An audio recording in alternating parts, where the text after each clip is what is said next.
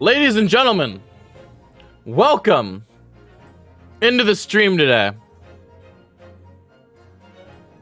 And welcome back to the return of the Great Ace Attorney Chronicles. Oh yeah. Chat, we decked out the full suit today. Full glasses and everything. I even tied my hair back. Look at that, look at that. I got the little Rister Tony tail back there, huh? Oh yeah, we're here. We're ready. Let's start it up. Let's not waste any time. I'm excited. You're excited. Same suit he wore to the wedding. No, I didn't wear a suit to the wedding. I wore a button-up and a cardigan. That's because my mom wanted us to be matching. It's me, Crisis. Hello. Oh, my phone's not plugged in. Wait, chat. Minor inconvenience. Give me 1 second.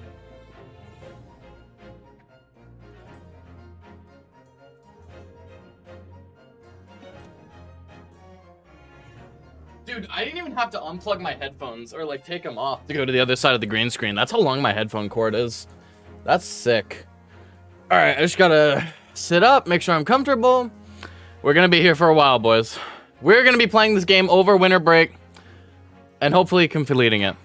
Boom! Select adventure. Oh. Listen to the music. Listen to the music. The Great Ace Attorney 2 Resolve. New game. I'm so ready. I'm so ready. All right. Last game kind of ended off with a little cliffhanger, if y'all remember. Ooh. It's so beautiful. It's the tree of Yggdrasil. No, okay.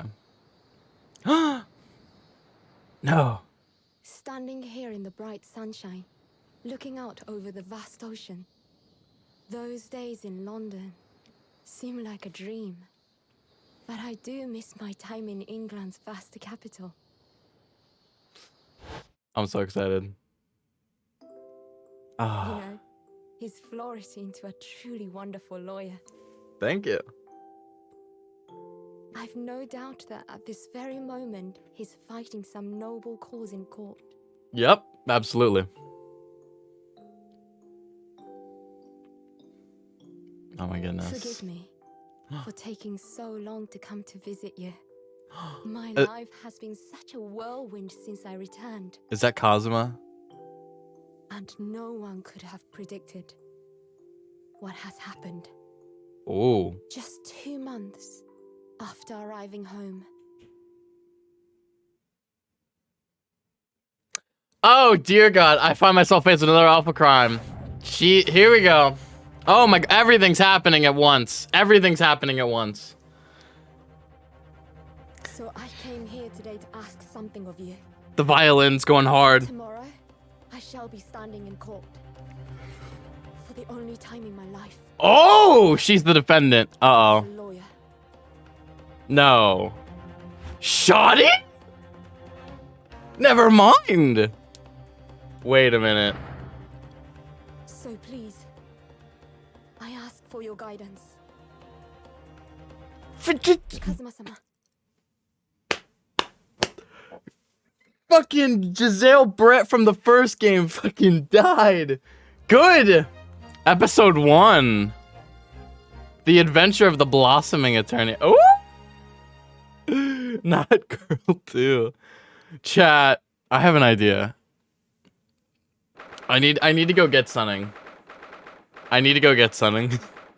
Wait, I'll be 2 seconds.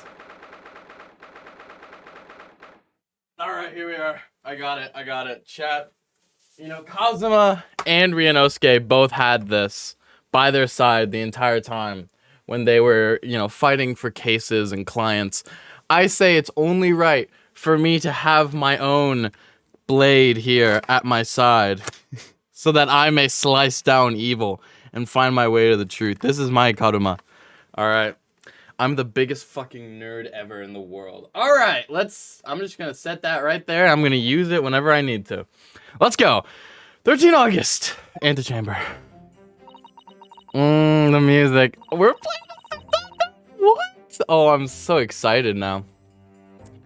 Here I am again after 9 months. The Supreme Court of Judicature in Japan. Do I have to do an accent the whole time? I think I do. I feel so nervous, but I must steel my nerves and find a way to compose myself. Hello, my daughter. Remember me? I was in like 2 minutes of the first game. Ah, good, you're here. It doesn't do for a lawyer to be late. Oh, yes, good morning, sir. I hardly recognize you. You cut a fine figure, Counsel. But you look as white as a sheet, and those white eyes aren't doing you any favors either. Looks like you're going to a wedding party. I'm a lawyer! How dare you? Oh, dear. Chat, is the bow tie too much? Is it the bow tie? Is that too much? I wanted to do the bow tie because it's in the Rister suit emote that you all have access to. You guys can spam Rister suit all day. The truth is, I'm so incredibly nervous, I feel utterly nauseated. I almost wish I'd never been born. Mood. Goodness, not the sort of thing a father hopes to hear from his daughter, I must say. My greatest regret was I'm not gonna say shooting my load. Alright, Yujin Mikotoba, professor of medicine at Imperial Yume University. A man who, earlier in his life, traveled to Great Britain to study the latest advances in forensic medical science. And of course, my brilliant father. Excuse me. Definitely client here. Oh, what's up, Shoddy? How's it going? How's it going? Would I be correct in thinking that you're to be my lawyer in court today? Yes. Yes, that's right, miss. You look okay, thank you. No, you look great. Alright, thank you. Girl 3. Chat, it's just a girl boss party today. I'm down. Well, I want to thank you for agreeing to represent me. Dude, my voice is gonna be trying to voice girls this entire chapter, and it's never gonna sound right. I'm always gonna be like, no, that doesn't sound right still. I swear on my life. It's a complete fabrication, this whole thing, I say as I get into my battle stance. Yeah, I'm sure it is. Rei Mimbami. Born the same year as I and my greatest friend. Oh my god, we are Kazuma. We're defending our best friend in court. This is literally the exact same thing Kazuma did. Okay. Though unusual for a woman in our time, she works at the University Research Laboratory helping my father. Let's go, girl boss. And sadly, she's the defendant in today's trial. She looks so sad. Gaslight gatekeep girl boss. Accused of committing a truly awful murder. I think I might voice the blue text normally, but the white text not. Are you feeling alright? Since we started talking, you seem, well, to have become a little flushed. Oh my, it's just that you look so gallant and dashing.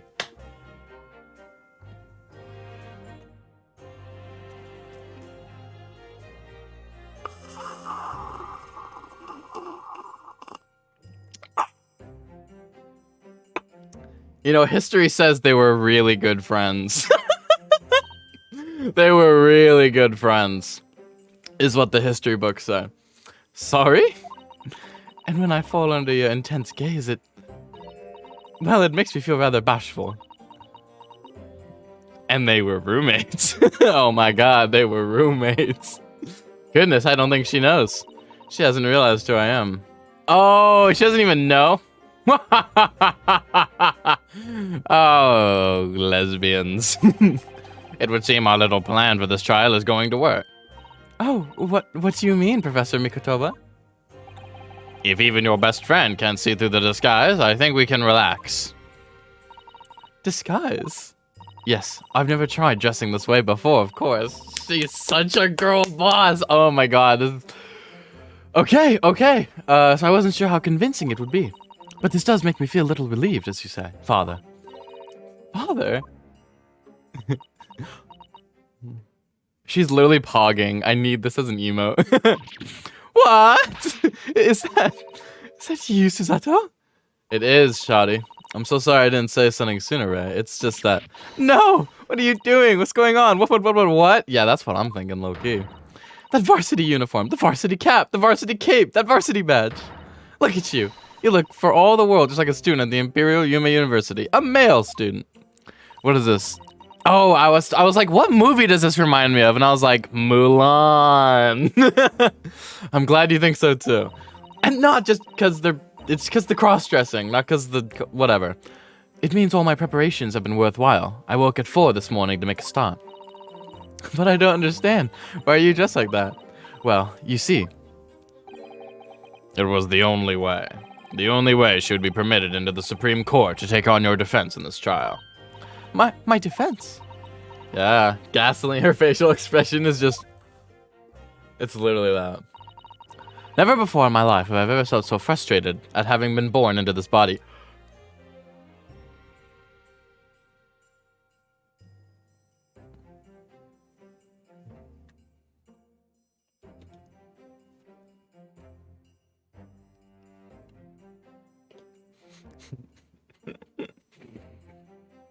Chat, say it with me.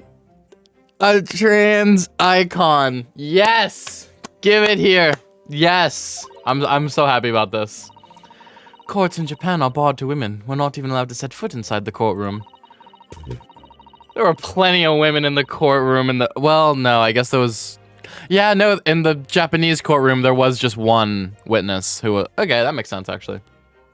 I was thinking of the British courts, but the British ones were different, I think. Despite the fact that the laws of the land apply to all people, male and female alike. But women are forbidden. Just for today, I'll be leaving my true self at the courtroom door. Ooh! So that I can act as your lawyer. Oh, Susato, you'd go to such lengths for me. The way she's looking at her, dude. Just saying. Of course, you're my greatest friend. Dude, Ryunosuke. Whatever, man. Leave him. I've already forgotten about him. Ryunosuke who? Whatever, man. I just worry that I shan't be the lawyer you deserve. Oh no, I have complete faith in you. Gosh. This is not how I expected this to go, but could not be happier. It's so strange though. I mean, you're such an accomplished judicial assistant already. And yet just because you're a woman. What a wretched reason. I mean, why shouldn't you be allowed in court? You're so gallant and dashing. The music is so funny for this. Ray, please don't look at me like that with those flushed cheeks and doting eyes. Not in public. Oh, I'm sorry, it's just, you really do look so dashing. Yes, you mentioned that once or twice.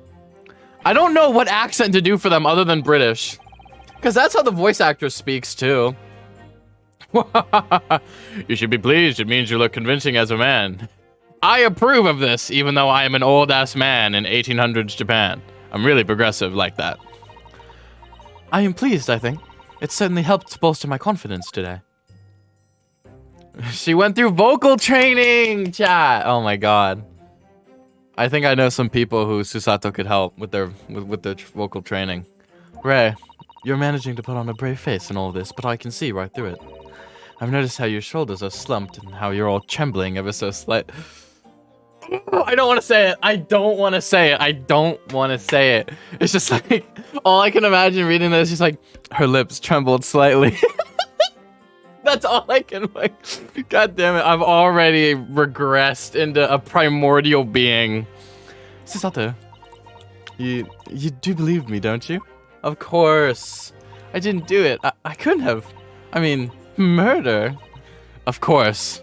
Even if you did, I would still get you off the hook. You have nothing to worry about. Your conscience is perfectly clean. Isn't that right? Bum bum bum bum bum bum bum. Yes, it is. Perfectly clean. Definitely not full of dirty thoughts. I have absolutely no doubt in my mind about your innocence. Which is why I'll stand by you until the bitter end in this trial. Whatever happens, I'll always be on your side. Because that's what it means to be a defense lawyer. I don't know what accent to do.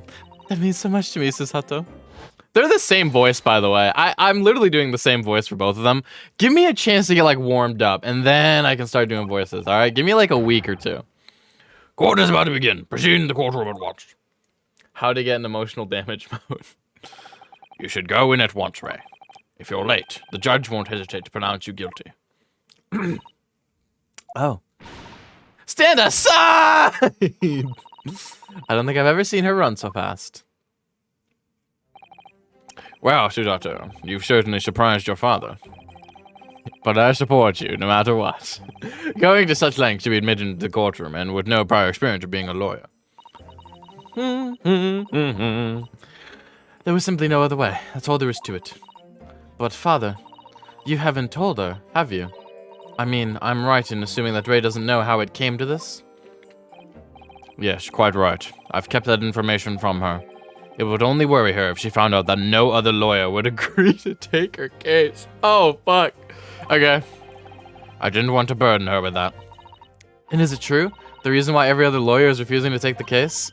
Is it really because of who the victim was? Oh, no! We're getting more British racism. Here we go. We should be making a move now, too. As you know, law isn't my field, but I'll do what I can to support my student. Thank you, Father. Is he gonna be our little Kazuma on the side? Oh. I'm Susato Mikutova, a judicial assistant. 8 months ago, I accompanied a student of law on a study trip to Great Britain. But 2 months ago, due to unforeseen circumstances, I found myself back in Japan. At least her dad isn't dead. I was worried her dad would die when he fell ill. How many times have I wished that he were here, I wonder. Still, I have no choice now but to steel myself for the trial ahead. You mean you're not a gentle femboy lawyer? I can't believe I was in love with the chick. Wish me luck, Naruhodo-san. I'm so ready. I'm so ready. I'm so ready. Oh, yeah. 13th of August, 9 a.m. The Supreme Court of Judicature. It's our boy! Look at the other side. This court is now in session to hear the trial of Ray Membami. Sorry. The prosecution is fully ready to proceed, Your Excellency.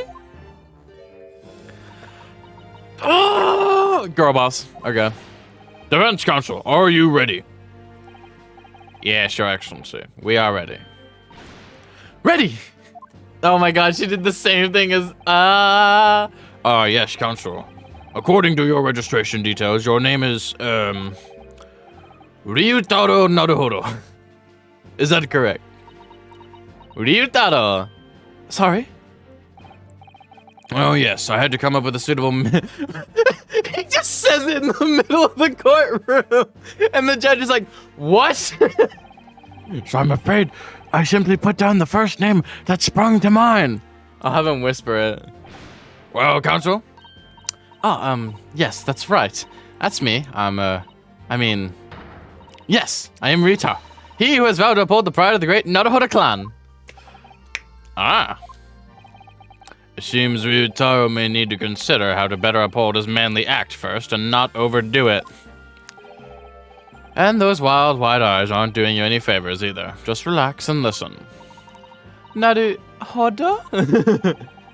A fresh face in this courtroom, if I'm not mistaken. But the name Naruhodo, would that perchance be?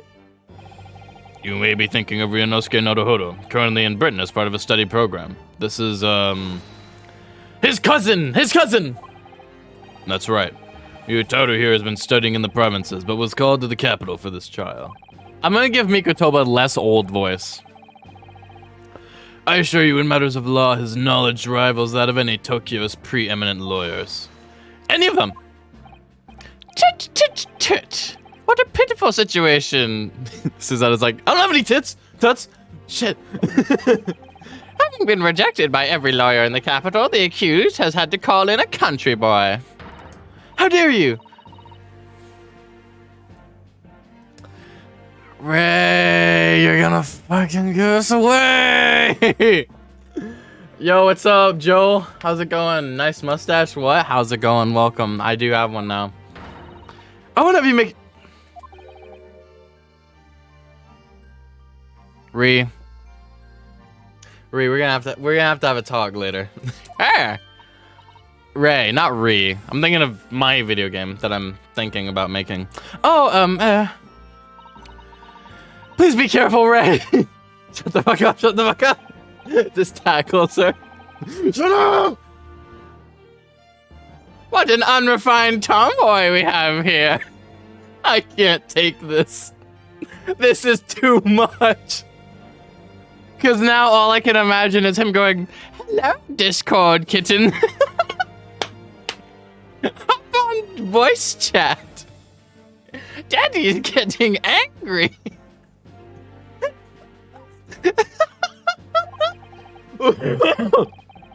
But I wonder, is your gallant and dashing lawyer up to the challenge of defending you? His wide, skittish eyes very much suggest that he's not. I can't even see your eyes. 4 eyes? Oh, I'm so nervous. Now that I'm standing in his shoes, I'm starting to understand what Naruhodo-san goes through. Like it or not, eyes are wont to flit. I said, I was thinking eyes are wont to flirt, and she was just going, like, dang. But everyone? All right. The case to be heard on this day is a matter of great significance to our national interests. In fact, it would be reasonable to assume that the outcome of this trial may well affect the very future of our empire. Just like the trial 9 months ago. And yet, for proceedings of such importance, we have this unknown yokel by the dock, dear me. Perhaps this would be an appropriate moment for me to assess the defense. To determine whether you are sufficiently competent to practice in this courtroom. 9 months ago, when a certain other Naruhodo stood where you're standing now. Yeah, I remember. He went, "Sir, I have evidence." This same judge tested him as well. Susato's my favorite gender. I agree. And even though he was just a student at the time, not even of law, he passed the test with flying colors. Because he was a genius? For a trained and experienced judicial assistant like you, this will be easy. So, counsel, do you consent to answering some simple questions? The cloak has come off! Alright, time to prove myself. Yes! Oh my god. Yes, Your Excellency. But please do make them simple. Very well. To start with, you will state the name of the victim. Phew, that is simple. I couldn't forget that if I tried. Let me guess. Ah, you're blanking? What's the matter? Now that I'm standing in his shoes, I'm starting to understand something else Naruhodo-san goes through. Like it or not, minds are wont to blank. It's not surprising, really. It's your first time in this position and in that guise. How sound! Even a bright spark like you is bound to flicker and falter a little under the circumstances. Oh dear, this is a dismal failure. Don't fret. You need only use the knowledge you've gained as a judicial assistant to overcome the problem. Of course, the court record! Oh man, here's the tutorial, boys, in the court record. That's right, just use E to open the court record. You need to flip to the people section with E, and don't take too long over it. His Excellency is watching you closely. Alright, check the court record with E. That's where the information I need will be. Okay, post-mortem, people. Oh my god. Chat, it really was her. Josiah Brett, the victim of the case, who was a former British exchange student. 9 months ago, she was found guilty of the murder of visiting professor Dr. John Wilson. Iris is freaking dead. She got what she deserved. I'm not gonna lie, she got what she deserved. My best friend, she's the defendant in this case. Authority, he also happens to be my father. Appears to be struggling to accept the changes afoot. Okay. Let me look at this. Giselle Brett, female, British. 11th August, 2 p.m. Ascertained by examination and witness statements. A single deep stab wound from behind, piercing a lung and resulting in a fatal hemorrhage. Death would have occurred within minutes. Extreme meiosis. Pupil constriction was observed in the victim in both eyes.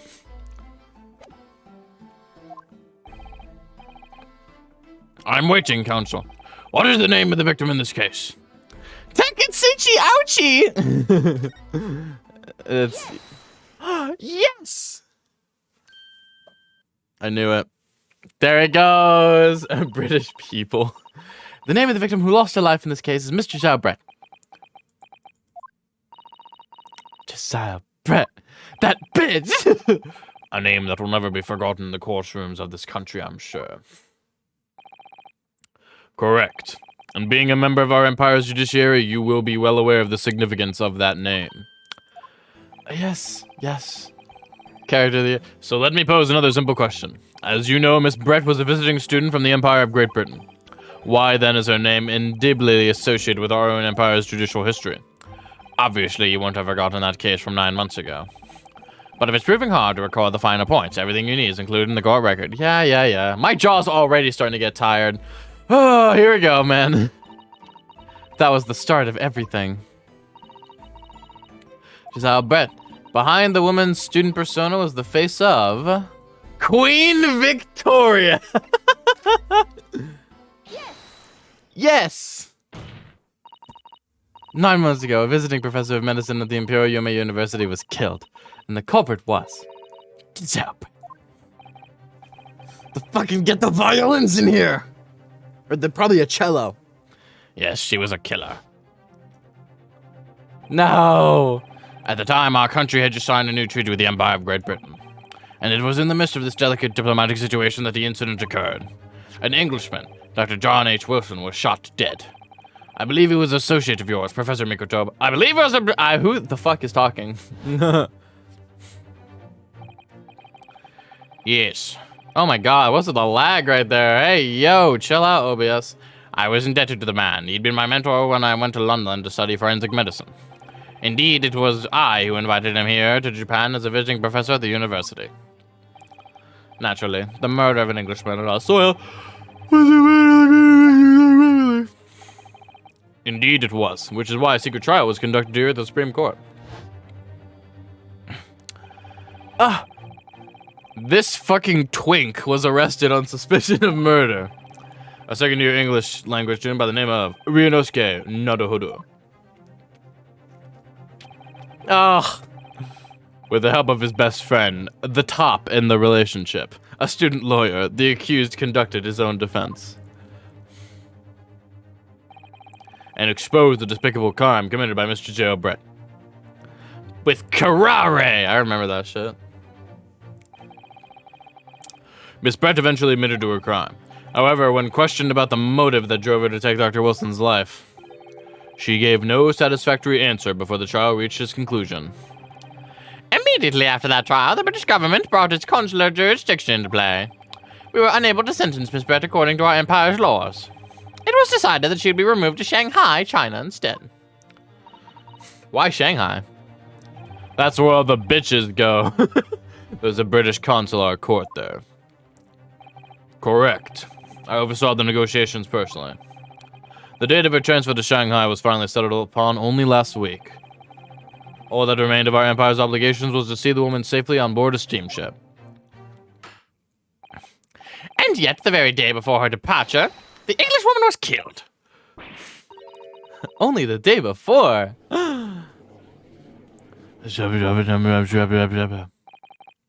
That will do. I'm satisfied that the counsel for the defense is sufficiently capable of representing the defendant. Oh. Yes. Thank you, Your Excellency. Over the first hurdle. Now, a summary of the incident, if you please. Prosecutor Ouchie. Yoga stance! Ha! I remember those. As is your wish, Your Excellency. I'm Jar Jar Binks. Misa. I don't know. The repugnant crime took place on 11th August in broad daylight. Broad daylight. Look at the seagulls! That's so beautiful.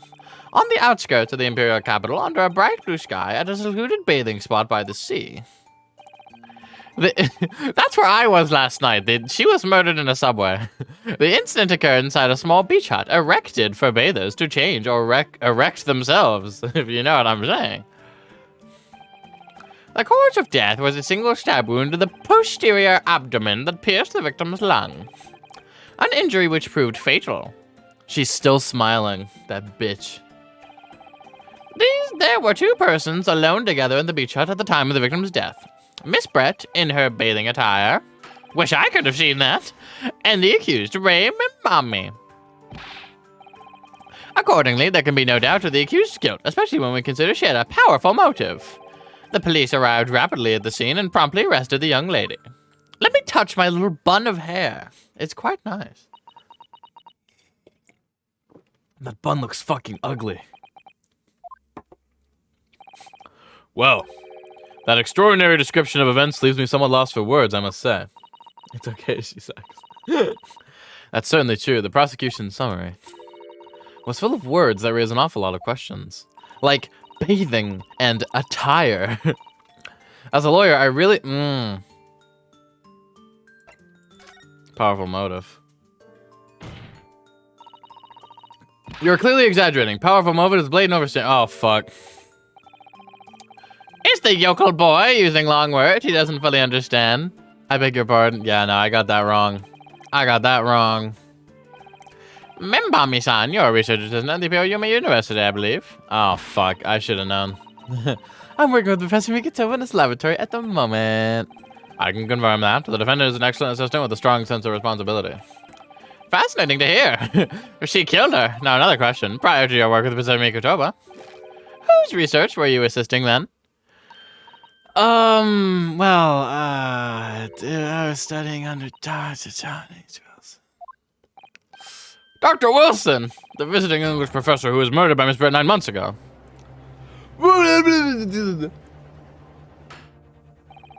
I wish Miss Brett was still alive, just so that she could go, shut up, again.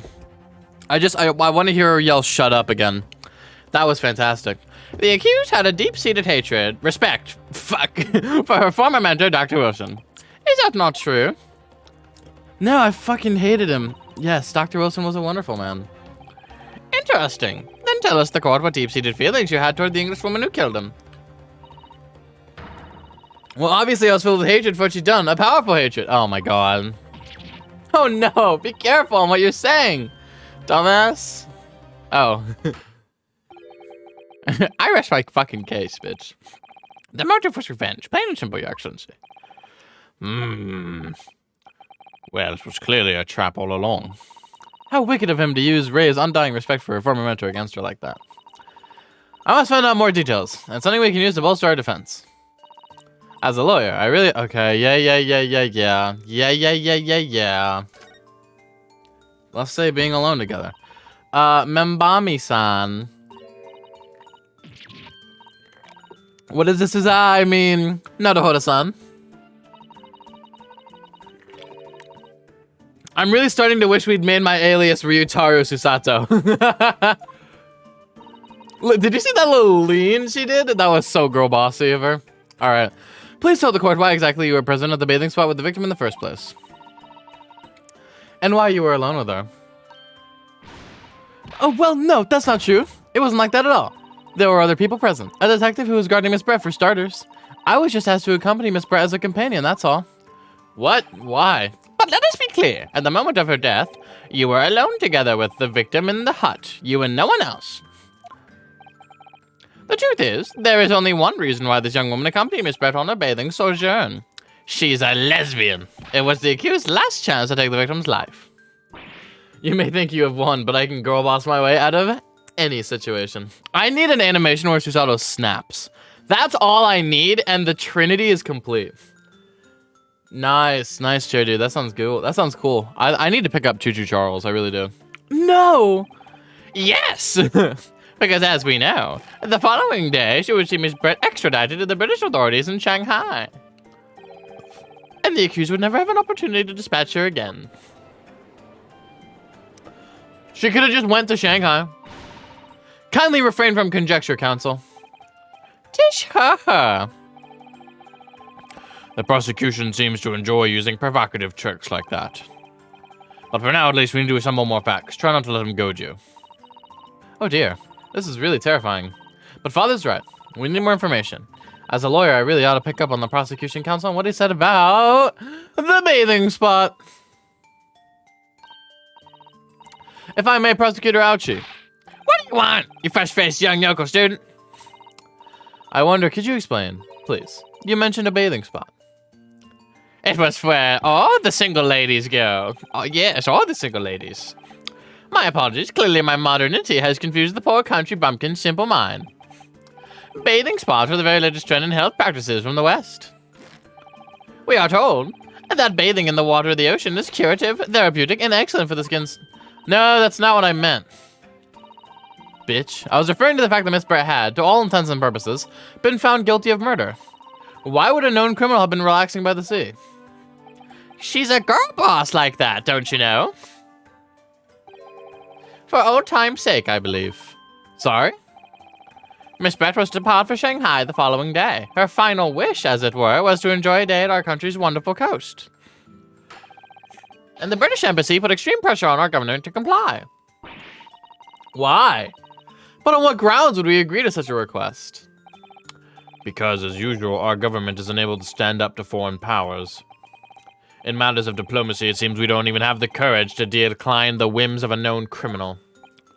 Don't look at me, Professor. It was the government who granted permission, not I. In any case, it was decided that with a dedicated detective on duty, nothing could go wrong.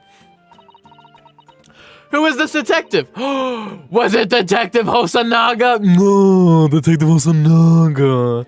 I hope it is. I want to do his voice again so badly. I miss his voice. But in fact, a murder took place. I said don't look at me. It was that young student girl who did it, not I. No one has proved that yet. I'm gonna get you convicted, fucker. I wouldn't provoke the man if you don't need to. I believe we all have a clear picture of the incident now. Despite her guilt being determined 9 months ago, Miss Brett managed to avoid incarceration, instead continuing her research work at the university. Really? Obviously, over that period, she and Ray would have encountered each other on a number of occasions. Seeing the murder of the mentor for whom she had such great respect, enjoying such undeserved liberty. Yes, even if it was only temporary until Miss Brett's extradition to Shanghai. You can hardly blame Ray for her feelings of anger and resentment. He saw a cool bird and suddenly murder. The detective with Herlock Sholmes. God. Poor Ray. So, Your Excellency, if you'd be so kind as to peruse this exhibit, it's her naked. A photograph of print that shows the scene of the crime immediately following the grim incident. Boom! Yes, thank you, Counsel. A tragic image. That poor swan. The swan on her hat was a real swan. Is the swan dead too? Because that's so sad if it is. That's the real tragedy here. As you can clearly see, there is nowhere within the hut that anyone else could have hidden. In the dress. The court will accept the photographic print as evidence.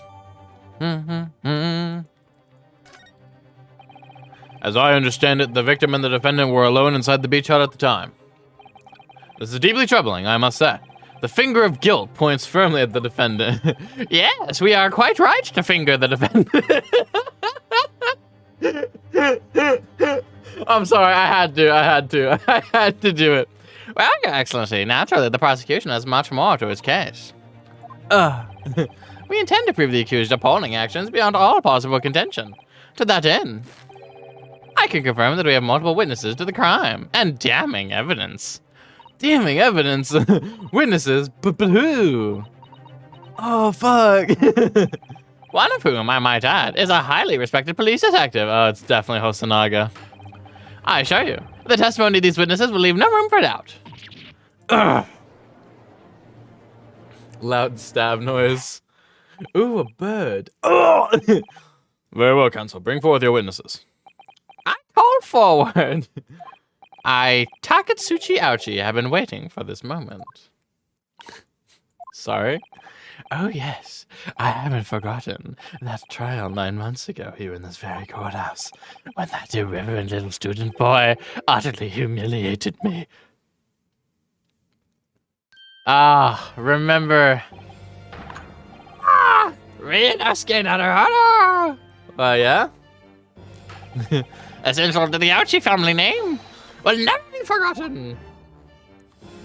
Oh, I get to do Kazuma's voice. Yes! You become conceited with age, Counsel, but the old have to stand aside and make way for the new. Oh, wait, I gotta get my sword, too. It's the way of the world. May you never forget that.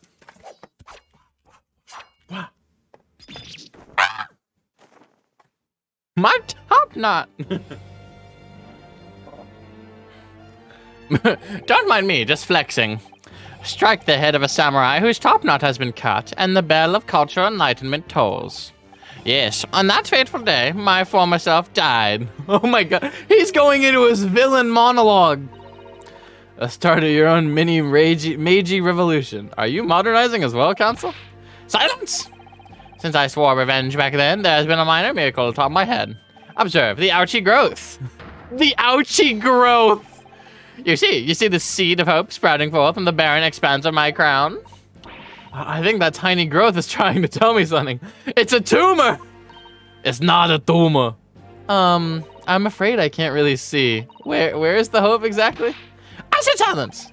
Today, I face another yokel student of the Naruhodo clan. Well, I will vanquish you, and my victory will be fertilizer for the seed of hope atop my head. You have been warned. The judge is like, what the hell are you saying? With that, the prosecution calls the witnesses to the stand. It looks like the stakes are high on both sides in this trial. The prosecution and defense each has much to lose. A haircut is hardly comparable to Rei's life. What? Here we go. Bring me Hosonaga. Bring me him. Yeah! No way! Witnesses, please state your names and occupations for the court. Chief Inspector Satoru Hosonaga, Imperial Police Bureau. I'm in disguise, obviously, so I can go undetected. And I am, well, the next big thing in books. An author renowned throughout the capital, in fact. Yes. Soon to be sold out. The satirical I Am a Cat. A sensational success by Saseki Natsume. Who is that boy back there? Oh my goodness. Struggling student from the provinces, please. You needn't be in awe of me. I needn't? It's only natural that you'd feel nervous in my presence. Should I do more confident now? It's only natural you'd feel nervous in my presence. But all of you, please relax. Call me Soseki even. I'm gonna give him more confident. I think that's funny as hell. Yes. What on earth is Soseki-san doing here? Soseki, my beloved. Tread carefully, Susato. That author fellow knows you from your time in London, doesn't he? If he exposes you for who you really are, this will be over before it's begun. Yes, of course. I know. I presume Saseki-san won't have forgotten about me. I would certainly never forget him. Although he does seem to have changed somewhat in the 6 months or so that it's been since I last saw him. And as for Inspector Hosonaga, that amazing outfit is hard to believe. Do I have something on my face? My little buddy, Tommy the Turtle. Well, your glasses for one, although they don't seem to be helping you see. Thank goodness he hasn't recognized me either. Oh, I suppose it's the disguise, isn't... I thought that appearing here in the clothes I was wearing at the time would make for a more faithful testimony. It is my guiding principle to carry out all testimonies flawlessly. Well, I can appreciate why an Imperial Police Bureau detective might have been present. But what business did a writer such as yourself have being at the scene, Soseki-san? Well, you see, I'm gonna give him more confidence. I had been asked that day to give a lecture on the morning of the incident in the Imperial Yume University's Grand Lecture Hall, no less. At Yume University. After the lecture, I had a very pleasant conversation with a researcher from the Medical Science Department. The professor over there, in fact. With Professor Migutopa. Yes, that's right. And it was arranged by one of the newspapers. They wanted some story or other about 2 former students who'd studied in Great Britain. Of course, being a renowned author, the press never leave me alone. They secretly spy, snapshots, scribble stories, and scupper my privacy. As you can see, the conversation was written up in this newspaper here. Read it at your leisure, my provincial struggling student friend. I have plenty of copies. Thank you very much. He practically threw that paper at me. Soseki Natsume article. The debate became quite spirited. What? Hold on, I need to see that. I need to see this. He's got another cat! He's got another cat! Look at him! Oh, little baby kitty! Kitty! What could I ever gain from this? I don't know. But it'll be stunning. Anyway, following my interview with the professor, the lady in question appeared and made a very unexpected announcement. I should like to go with everyone to see your country's coast. Those were her words. As I explained before, Miss Brett was never taken into custody. She continued to work in my laboratory, under strict surveillance, of course. At which utterance, the university immediately contacted the government to seek guidance. And this response was, permit Miss Brett to go as long as a detective accompanies her. That detective I am at liberty to divulge was me, Chief Inspector Satoru Hosonaga. Everyone I watch over fucking dies. I'm terrible at my job. Thereby, the entire party, they're besties, they are. The entire party departed cordially for the seaside, it seems. It was extremely challenging to clear all of the members of the public from the vicinity of the beach. But fortunately, I'm at peak physical fitness at the moment, so I was able to carry out my duty flawlessly. Oh my, Inspector, you do have something on your face now. Oh, how unsightly. I do apologize. Does that mean you went to the beach too, Father? No, unfortunately I had work to finish off. Fortunately, not unfortunately. But unfortunately, of course, it meant that as my assistant, Ray was invited to take my place. Of course, being a renowned author, I didn't like to decline the invitation. Oh, but if only I had! I'd never seen that awful sight! Relentlessly wrecked by remorse and regret. This is what peak performance looks like, bleeding. Very well. I must ask you now to present your formal testimony to the court. You will give an account of all that you witnessed on your impromptu excursion to the coast.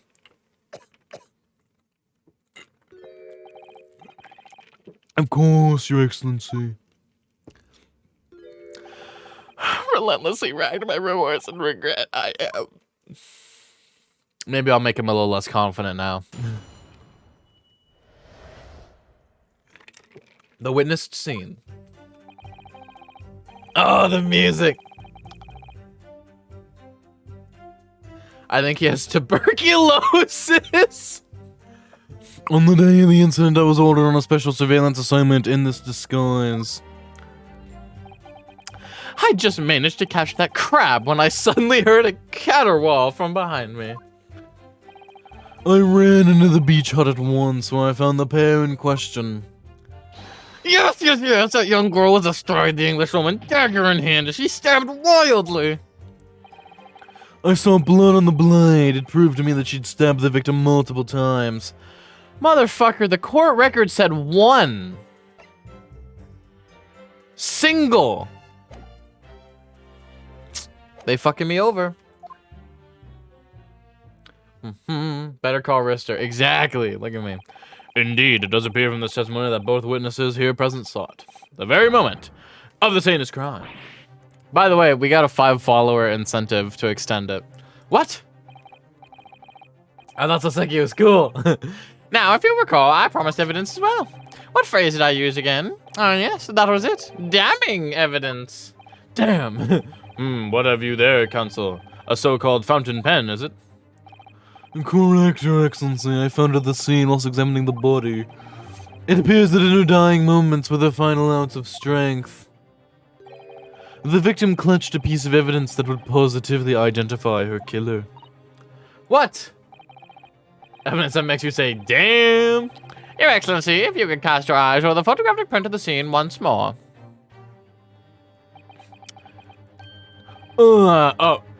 Goodness me.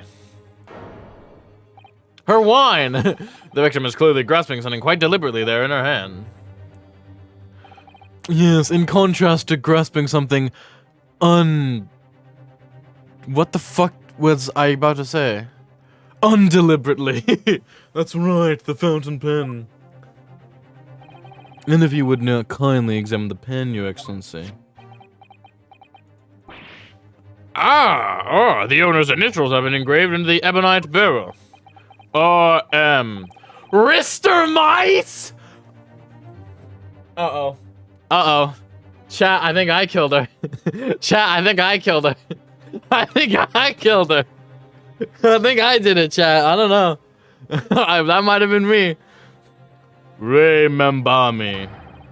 The initials of the defendant. Yeah, definitely the defendant and no one else. No! Look at his little ass. The fountain pen will be admitted immediately as critical evidence. God. If they discover it's my fountain pen, it's all over, chat. So, have I admitted anything? Decisive testimony and damning evidence? There's a bright blue sky outside the courthouse today. Birds are singing, flowers are blooming. On days like these, yokel homeboy country bumpkins like you should be burning in hell. I'm sorry, I had to do it. Very rare. They're very rare again, wow. The Rami wholesome moment stonks have gone back up. I don't understand. The prosecutor ouched you 9 months ago. Had none of this man's paws. Look at that JoJo pose he's committing. Counsel for the defense, you may begin your cross-examination now. I give up. Naruhodo-san. Naruhodo? That's not me. That means... Oh, yeah, me. Is there another Naruhodo in my courtroom? There is, objection! He like comes out. Actually, there isn't even a single Naruhodo in your courtroom. Cousin Ryutada, pull yourself together, please. Alright, I've seen this countless times as a judicial assistant. Find inconsistencies in the witness testimonies to prove that they're lying somehow. That's all there is to it. That's how a real lawyer would handle a cross-examination. Let's see what I can do. Let's go, girl boss. Girl boss. Bing chilling. Did you see that shit? That was dope. The witness scene. On the night of the incident, I know what to press on him.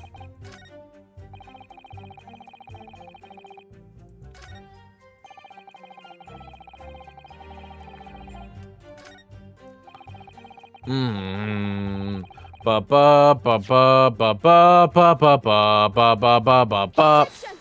Objection! Oh! She went. She's got that riz. With that accusatory cry that just welled up from deep inside me, I think I finally understand. Every time Kazuma-sama and Naruhodo-san have stood here at this bench, the stakes have been very, very high indeed. What's the meaning of that menacing pose, counsel? I'm doing my own JoJo pose. I'd like the witness to clarify something for me. Star Platinum, the world! Who, what, where, when, who, how? Fuck. Not to you, Saseki-san. This query is directed at Inspector Hosonaga. At me? In your statement just now, you said that the victim was stabbed multiple times. Yeah. Dude, the music! As I said when I entered the hut, the defendant was already standing over the victim, bloody knife in hand. Character impression, Obama as a femboy demanding big booty bitches. Okay. It is me, former President Barack Obama. I'm wearing my thigh highs. Yeah. And I demand big booty bitches. Yeah. Hopping on Discord to give my Discord daddy, Joe Biden. I'm getting that's not Obama enough. Former President Barack Obama. I'm Michelle. Don't interrupt my conversation with my Discord daddy, Joe Biden. Yeah. I'm trying to get big booty bitches with my Discord daddy, Joe. Joey, as I call him in the NSFW voice chats. Barack Obama. Getting big booty bitches. The defendant was already standing over the victim, Michelle. Bloody knife in hand, like a big booty bitches. And yet, Michelle, that cannot be. There were no big booty bitches. What? What are you talking about? Get to the point, please, Michelle. I'm gonna die. And the post-mortem report clearly states that I'm former President Barack Obama. The victim was stabbed one time only. All right, thank you for the voice impression. That was something beautiful. In other words, Inspector Hosanaga's testimony is clearly flawed. And Saseki-san, me? You claim to have seen Mamami-san in the throes of stabbing the victim. Yes, I did. Wildly. But both you and the inspector confirmed the same point. That there was already blood on the knife that you saw the defendant holding. Yes, and? It's quite simple. We know the murder weapon was used to stab the victim only once. Therefore, there is no way there could have been blood on the knife if that single stabbing hadn't already occurred. True. Then what exactly is your contention, counsel? Are you ever going to tell us? You forgot to say ooh. Oh well, my child. There we go. Yes, Your Excellency, there's only one logical conclusion. That's it, I've had enough Star Platinum the world. We can freeze time, murder the prosecutor. What are they gonna do? What Saseki-san in fact saw was not the moment the defendant stabbed the victim at all, but the moment that the defendant in fact withdrew the blade from the victim's body. That can't... Look at his little slippers, sandals. Excellent work, Shizato. You exploded at them with the objection, and then proceeded to pull them apart systematically. Objection! Tish, you know nothing about stand power, Jotaro. Well, this takes me back. Yes, I seem to remember your cousin staged a scene much like this in that trial 9 months ago. A half-witted child with a half-baked objection, attempting to steal the show. You're right, there were certain similarities. Except that so-called half-witted child managed to outwit the prosecution, who has only half a head of hair! Yo, he went after the hair! Slender! My head is quite adequately dressed. In any case, all this talk of stabbing and withdrawing and multiple wounds.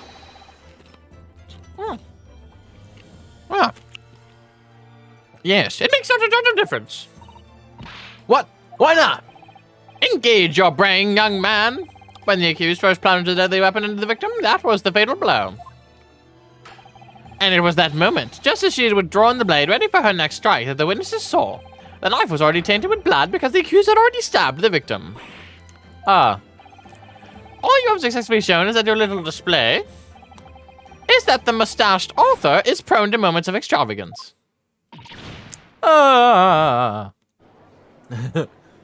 There's an ad starting soon, chat. I am in agreement with the prosecution. If the defendant was seen wielding the blade at all, that is sufficient grounds for her actions to be viewed with suspicion. Chat, should I have a screen that's like whenever an ad break happens, should I like stop whatever I'm doing and just go to like a BRB screen? Should I do that? Do you guys want me to do that? I'll make a poll at the end of the stream on whether you want me to do that or not. If she was withdrawing the blade for stories like that, yeah. Then we are back to where we started. All right, you know what? I'm gonna try it. Here, we'll be right back after this ad break.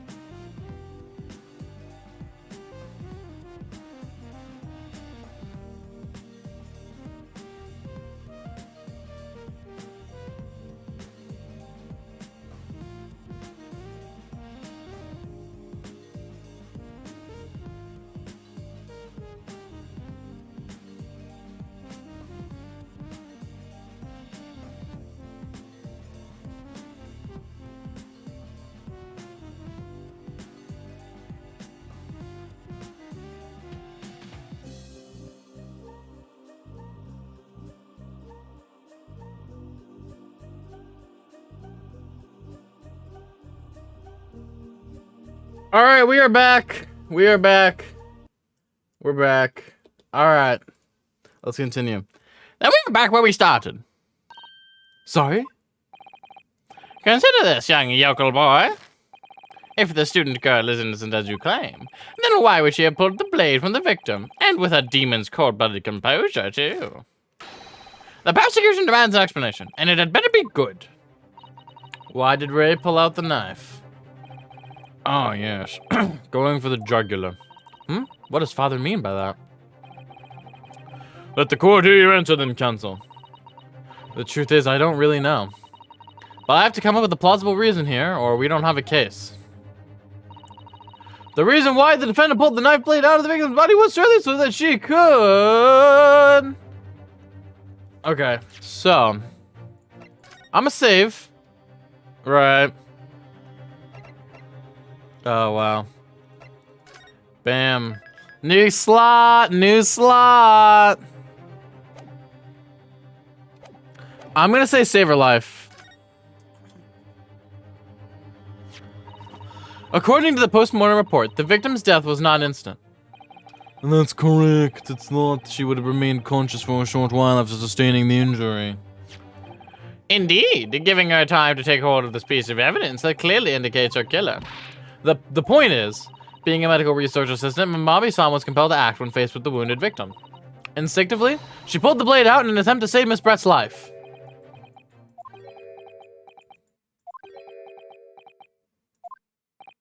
Tish, ha. Did you hear that, Your Excellency?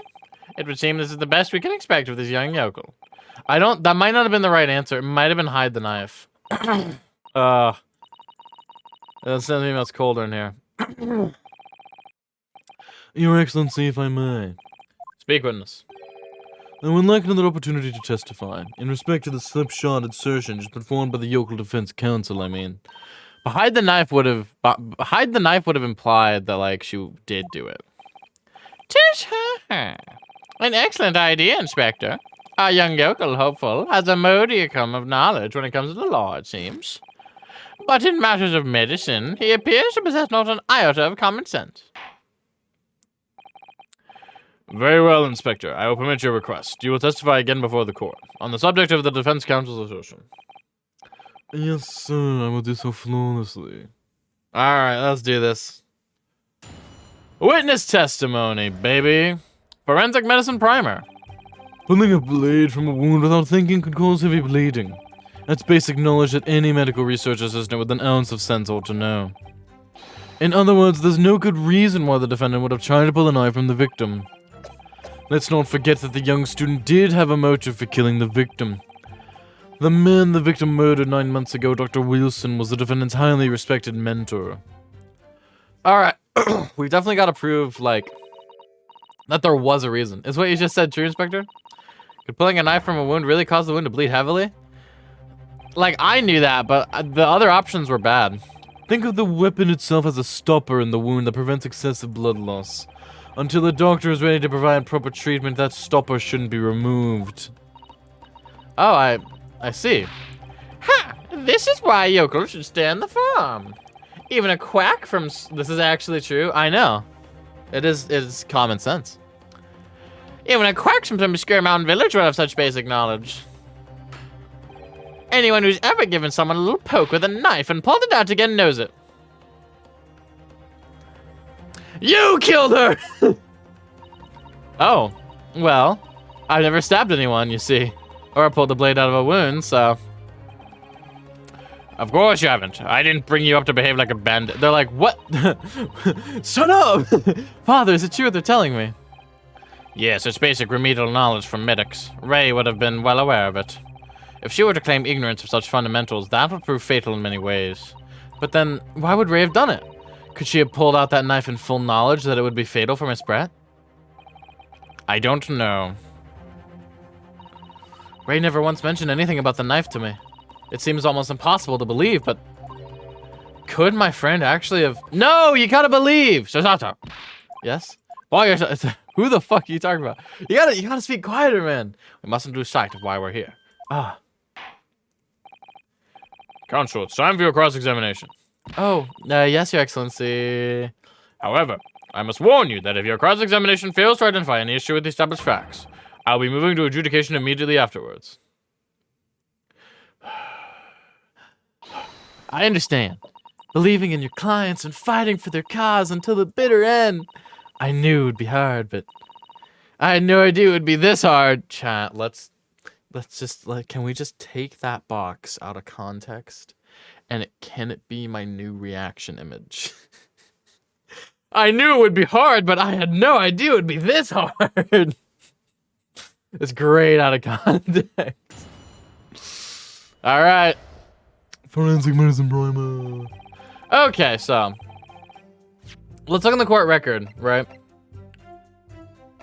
Ba ba ba ba ba ba ba ba ba ba ba.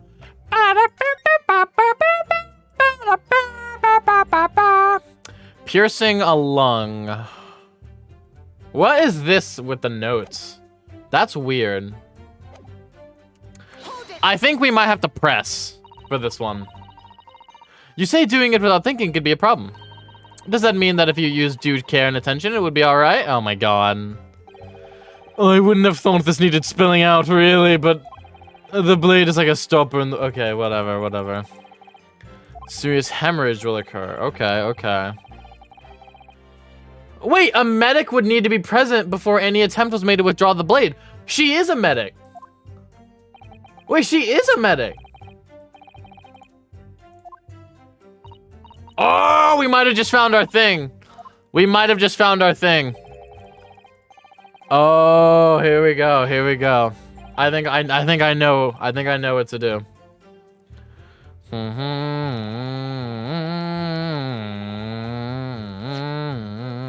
Cause I hear, oh wait, I can't present people?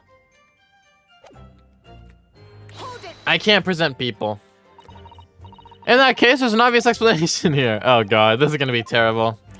She has no sense! What do you think about that, Professor Mikitoma? I'm not sure you should be labeling your best friend as lacking common sense. Susato, please. Susato. Oh my god!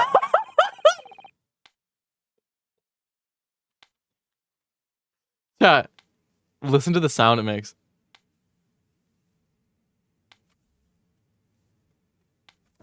Oh my god. He's the meaty smacks it's making. He's about to kill someone. Maybe he killed her. Oh dear. That recoiled on me rather badly. That's life, I'm afraid. You must die. Oh my god. Holy crap. Alright.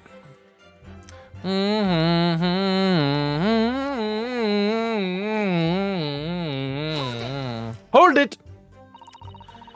But the defendant had suddenly encountered somebody she knew lying on the ground bleeding to death. The sight could have shocked her delicate sensibilities, causing her to remove the blade inadvertently. You fucking imbecile.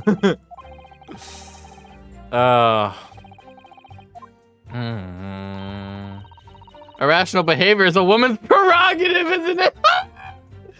Susato! Oh dear, you have a lot to learn about women. Posanaga would treat you right. Oh my gosh. I am going to perform fellatio flawlessly. Oh my god. Only a small-minded man could have such bigoted views. Oh dear. Perhaps I'm letting my male persona take a hold a little too much. Chat. Logging on the Discord. Oh, that was beautiful. Ba ba ba ba ba ba ba. That's not the right one. You know the defendant.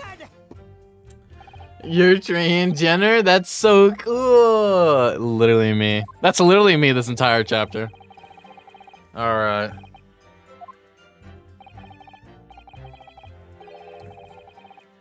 Wow. So do I.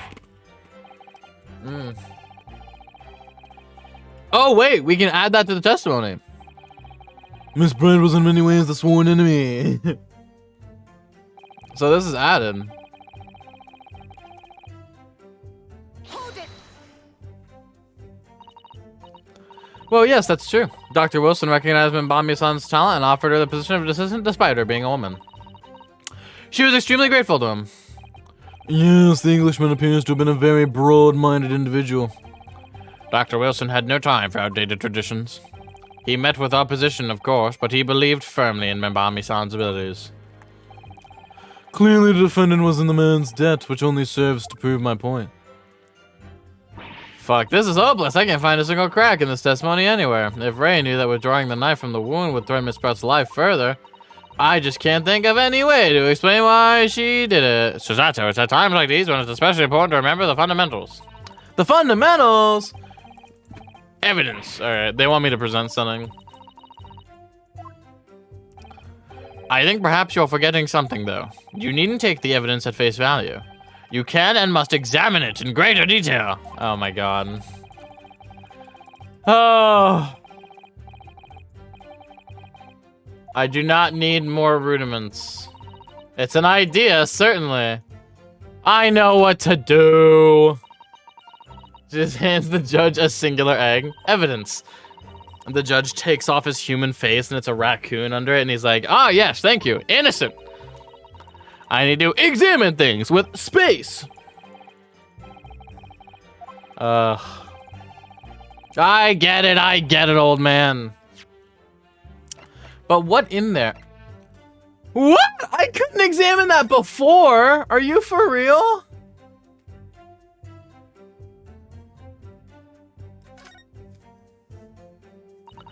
If we take off the pen's lid. That's lovely right there. Is it, what is it, like chipped? No, it isn't. Now let's unscrew the barrel, shall we?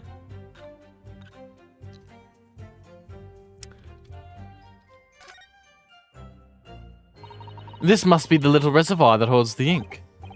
Look at how girl boss this sprite is. Look at how cool this sprite is. Yes, you fill it by drawing ink from a bottle up through the nib. Is something wrong, Father? Just that there doesn't actually appear to be any ink in there, and that's all. Oh yes, you're right. It's pretty much empty. Well, it could be on the verge of running out, I suppose. Huh. That doesn't seem to apply to our situation, though. If I must say. What if this? There's some sort of emblem here. The fire emblem. Isn't it? It isn't a university one. It must belong to some other organization, I suppose. A business of some kind. But that would seem to imply the pen doesn't in fact belong to Ray.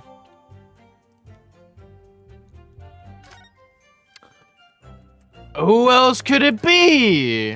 Uh-oh. The RM initials are very clearly engraved here. And the fact that Miss Brett was clinging to this pen in her dying moment is very clearly a message, too. To identify her killer, you mean? I don't think there can be any doubt that this is a key piece of evidence in this case.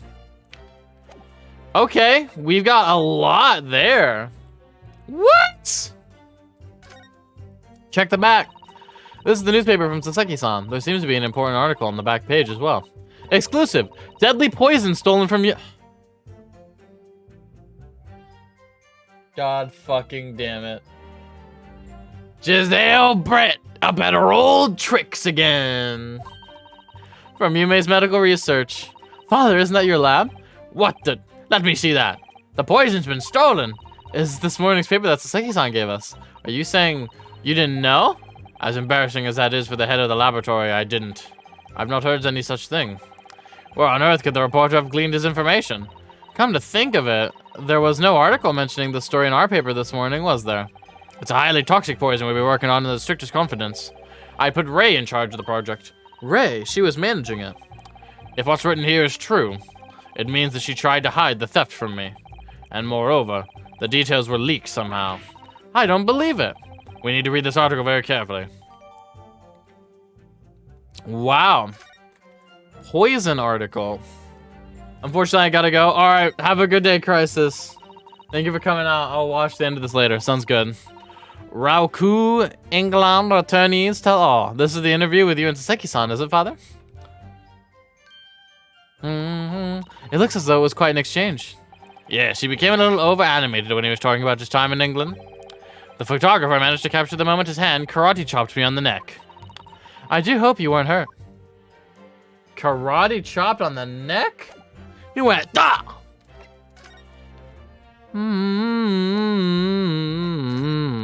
Bum bum bum bum bum bum bum bum bum. Bum ba ba ba ba ba ba ba ba ba ba ba ba ba ba ba ba ba ba ba. Alright.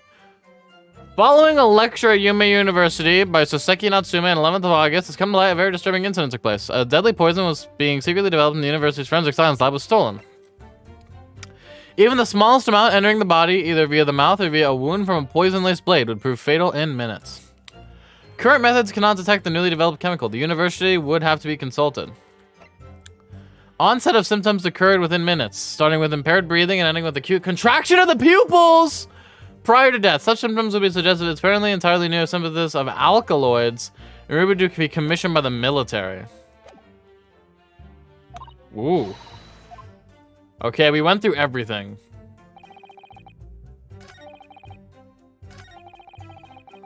There's no good reason why the defendant would try to have pulled out the knife from the victim. Present. Poison. If it was poisonous, she would have. Objection! Yeah! No, there is one possibility. One very good reason why the defendant might have decided to withdraw the knife from the victim's wound. What? Ha! The yokel not only has a poor grasp of the law, but is also a poor loser. You're a loser. Tell us then, what possibility do you think you've identified? It's here, in this newspaper article. An article about a deadly poison having been stolen from a laboratory at the Imperial Yume unit. No, no. The victim perished from a stab wound. Poison has no relevance in this case. But, Prosecutor Ouchie, you will let the defense speak. But a newspaper article? The court cannot rely on the kind of hearsay those wretched publications carry. Counsel for the defense. I am going to need some tangible basis for your claim. You will indicate to the court precisely what part of the newspaper article mentioned affirms your assertion. Your Excellency! Yes, of course. Thank you. Ray would never have done something to further endanger Miss Brett's life without just cause. The reason why the defendant pulled the knife from the victim's body is explained in the article where it says...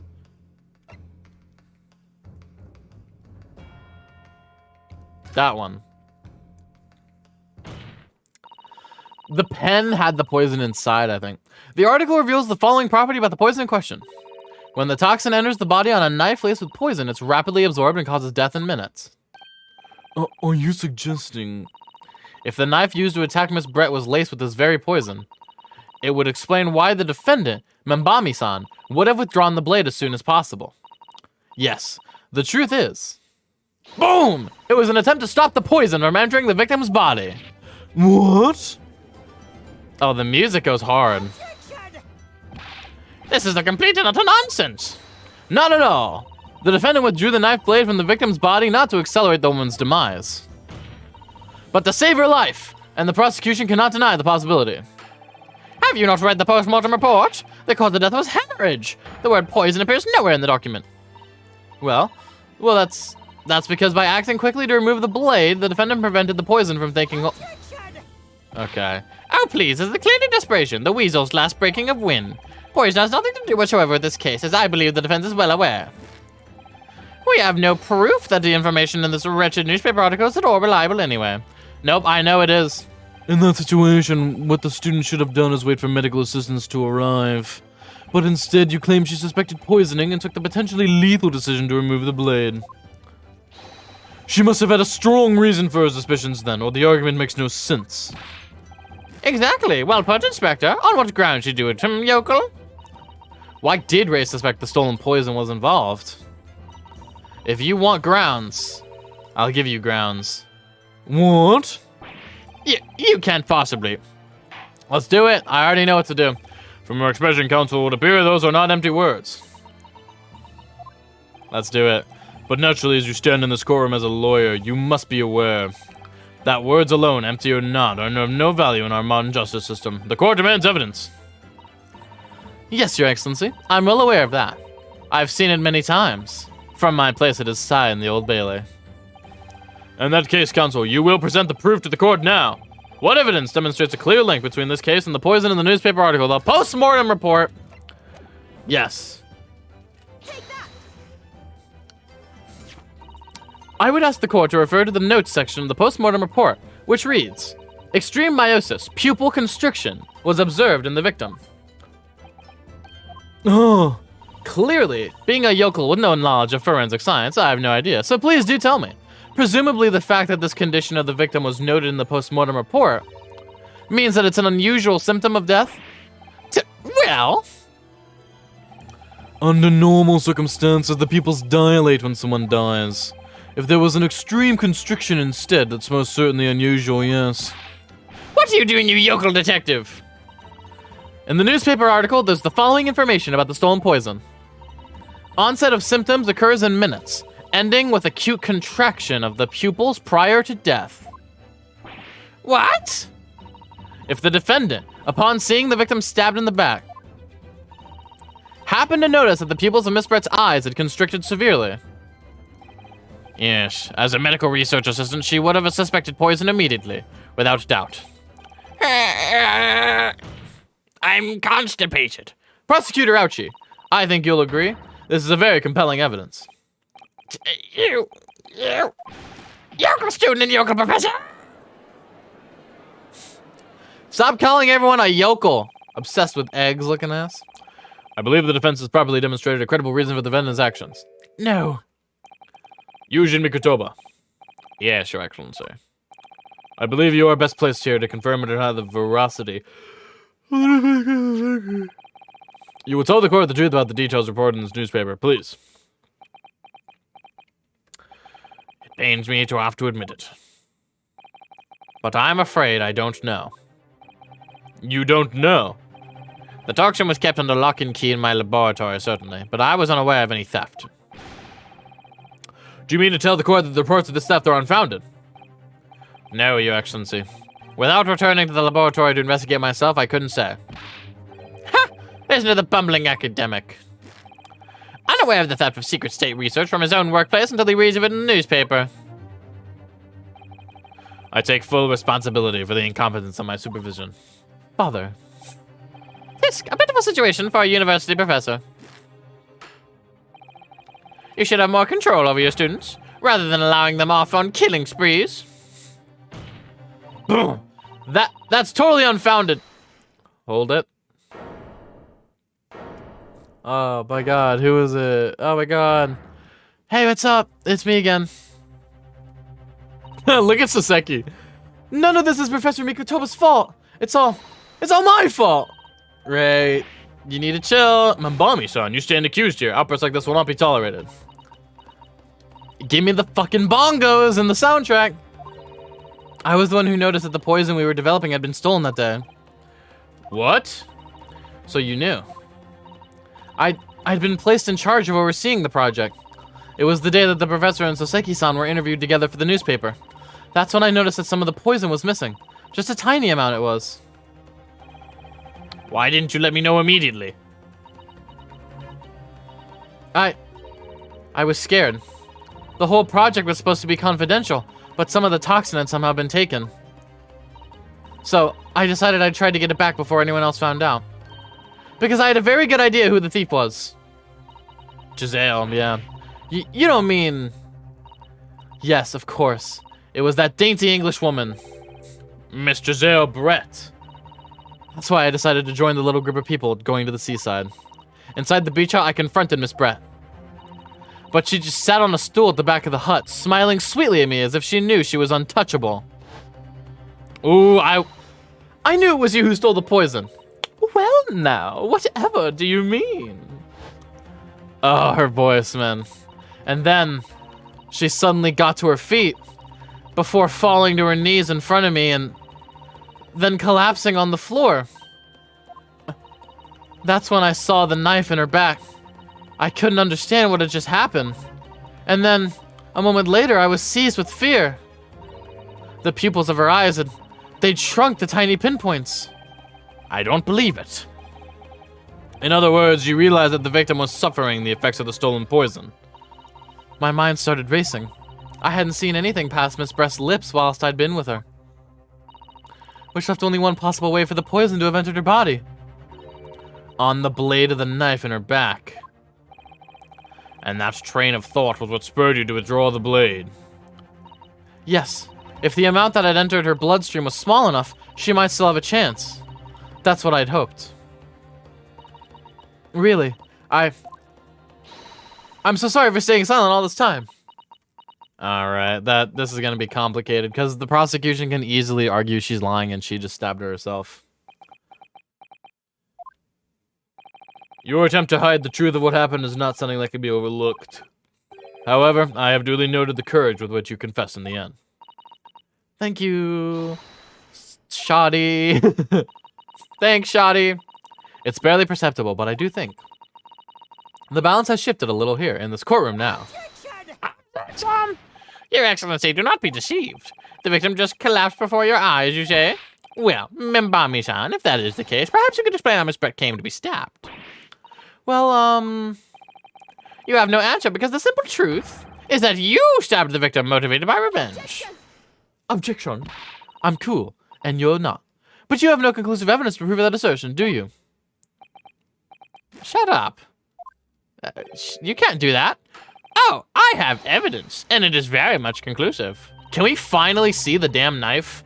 I wanted to see the murder weapon this whole time. What's the prosecution counsel up to? It was brief, but he hesitated for a moment there.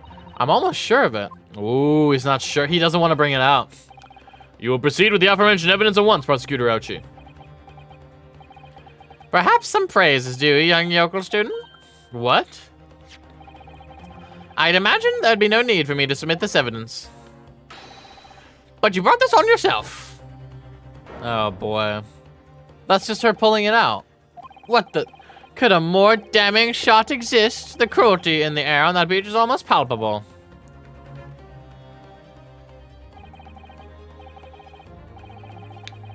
This evidence, more than any other, reveals the true extent of the accused's murderous nature, for it shows the precise moment that Membami-san plunged her dagger into the victim's back. No, that's not true. No. I don't believe it. Ah! Man, that was a manly yell for Susato-san right there. I'm sorry. My throat's starting to hurt a little bit. Order. Gonzo for the defense. Was it you who was responsible for that shrill scream that just pierced my courtroom? Shrill? That sounded pretty fucking deep. Perhaps his voice is yet to break. Those yokels are slow of mind and slow to mature. I'll show you who's slow to mature. Careful now, Susato is starting to show her face here. It is often said that a picture is worth 1,000 words, and here we have ample proof. The court will accept this extremely cogent photograph print as evidence. Oh man, okay, sure. I can't believe he's had a photograph like that up his sleeve the entire time. Why would he not show it? There's gotta be something in there that he doesn't want us to see. Ah, yes. We can see Shoddy was like a melody in her head. That kind of don't look like her, do it? Where's the swan? Where's the swan? Wait. Kind of looks like a pen, don't it? That kind of looks like a pen, don't it? I'm just saying. Wait a minute. I don't understand. How did you... I mean, who took that photograph? Ray. Objection! That's of no importance here. Stop trying to divide our attention. Oh. No, it is important. There's another witness. That's an absurd thing to say. It's crucially important. Whoever took this photographic print was a witness to Miss Brett's death. The court must be allowed to hear this person's testimony. I will uphold the defense's demand. The prosecution will reveal the identity of the person responsible for taking this photograph at once. I think it's the press guy that's been following Saseki. Well, I'm afraid I can't do that. Pardon? You see, this print arrived at the Imperial Police Bureau headquarters by express post yesterday, but there was nothing to indicate the sender's name or address. The provenance of the print is unknown. Goodness. Are we to understand then, counsel, that in full knowledge of the fact that this photograph has the murkiest of origins, you nevertheless believe it fit for submission as evidence in the Supreme Court? When you first produced that print before, I noticed that you hesitated for a brief moment. Because you knew it wasn't completely reliable evidence, didn't you? Silence, you yokel student and blabbering professor! What matters is the blatant truth that this print so eloquently expresses. But the defendant has already admitted to pulling the blade from the wound. That's all this is. Clearly, this isn't the moment that the knife was plunged into the victim's back, but the moment it was withdrawn. Don't waste this court's time with your ramblings. Indeed, without knowledge of who produced this print, we have no means of verifying the claim. And the scene it captures is without doubt the most compelling evidence presented to the court. If the defense is unable to shed any further light on the matter, I believe the conclusion is clear. Oh no! Why can't it be her pulling it out? Susato, this is the time for you to fight. If what you've established so far is true, then there can be no doubt.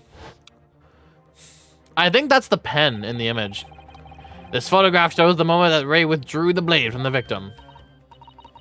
Or what if Ray was like, oh my god, there might be blood in here.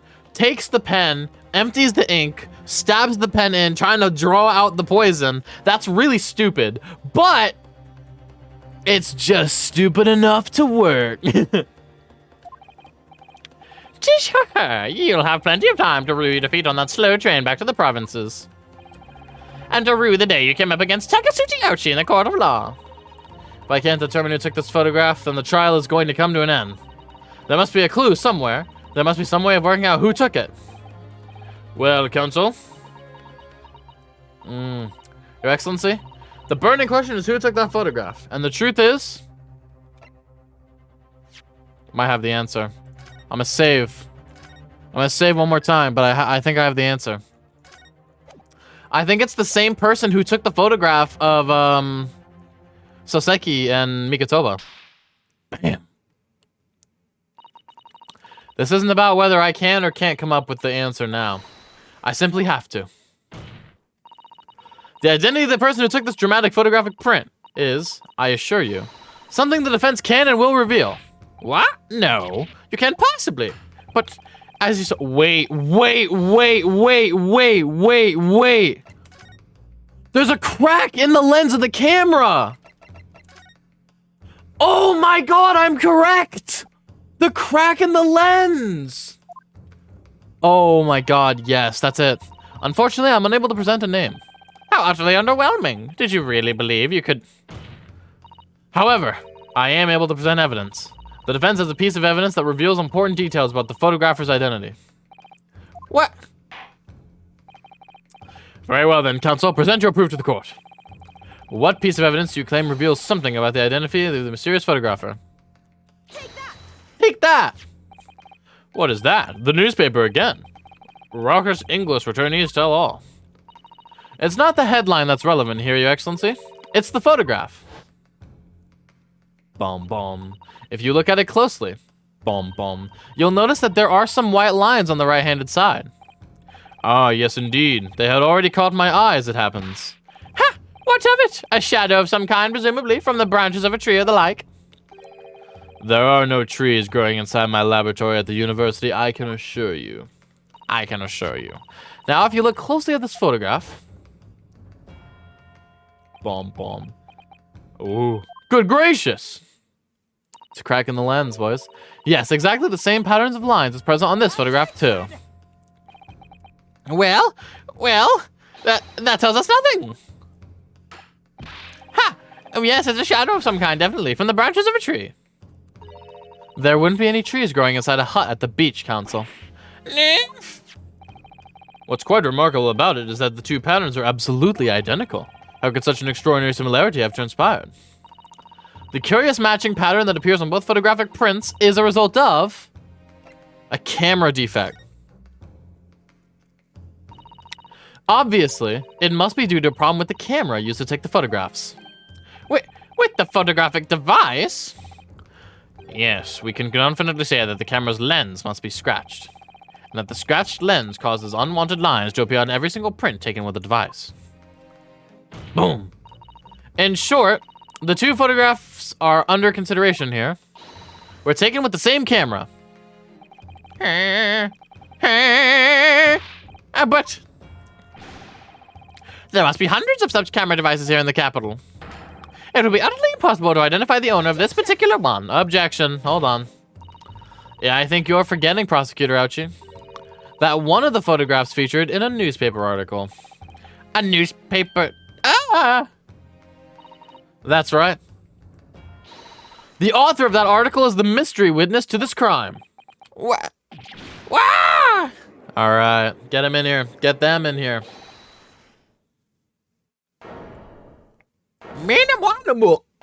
Was that a Mimi Mama Moo? Oh, what's up, bitch? I see why you were called a raucous English attorney. What are you yelling about? You've already testified. It's Meanie Memo, I tell you. Meanie Memo! Mo! Saseki-san? What was that? Did you say Meanie Memo? Ever since I returned to Japan, a reporter from the Shoyu News has been hounding me, following my every move. A reporter by the name of Raiten Mini Memo. Writing mini memos? Raiten Mini Memo! That's fucking amazing. Yes, hounding me from dawn till dusk. Ah, now that he mentions it. Oh, yeah. Could that same reporter be? I knew it was. A camera to the left of him, a notebook to the right. There I am, stuck in the middle with Raiten Mini Memo. So you're saying that this picture was taken by Mini Memo, yes. My lord, your excellency, ex-squire. Officer, find this newspaper reporter at once and bring him to my courtroom. We will adjourn for a short recess in the meantime. Oh, yes, your excellency. As you say, your excellency. And one more thing. I want this knife, the murder weapon, examined for traces of poison. Dude, why is the murder weapon not in the court record yet? You will solicit the assistance of the Imperial University's medical department for the task. Understood? Meh. Okay, buddy.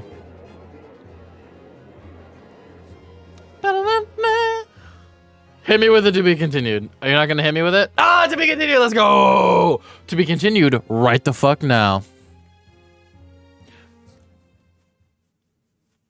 Hit me with the jingle. Ooh, the jingle. The jingle. Jingle bells. My balls smell. No, they don't. I don't know what I'm saying. 13 August, 10:41 a.m. Fucking get me through this. Let's go. Let's keep going. Hello, my dear friend. More than friends. I'm so sorry, Susato. I should have told you about the toxin. Ray. You should have. You really should have. You have a strong sense of responsibility, I know. That's why you decided to shoulder the burden alone. No, that's not it at all. I was scared of my failure coming to light, that's all. So I hoped to retrieve the substance from the Englishwoman before anyone found out. Before the trial started, do you remember what you said, Susato? That you had no doubt in your mind about my innocence. That you'd stand by me to the last. I remember. And yet I didn't deserve your trust in me. I hid important details from you, Susato. I completely betrayed your faith in me. Hit me, Susato! I just said, whoa, whoa, whoa, whoa, whoa, whoa. And they were roommates. No, in fact, throw me to the floor. You want a Susato takedown? That's too good for me as well. Drag me through the city streets. Oh, God, she's got a humiliation kink. All right. I'm no better, you know. Oh. Even though in my heart I knew you'd pulled the knife blade from Miss Brett's back, there was just a brief moment when, in my mind, I doubted you. Susato! I'm sorry, after I stood here and promised you that I'd stand by your side and always be by your side, I betrayed your faith in me, too. And as such, I failed you as a lawyer. Oh, no, no, no! You both need to stop being so fucking dramatic. I think the situation has taught both of you a valuable lesson. Kiss and make up right now. Placing your unbridled faith in another is no easy task. Yes, Father.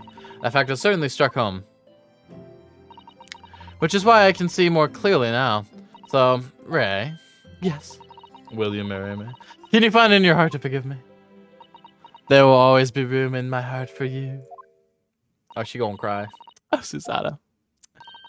You know you'll always be a gallant, dashing lawyer in my eyes now. Alright. Alright. Alright. Bum, bum, bum.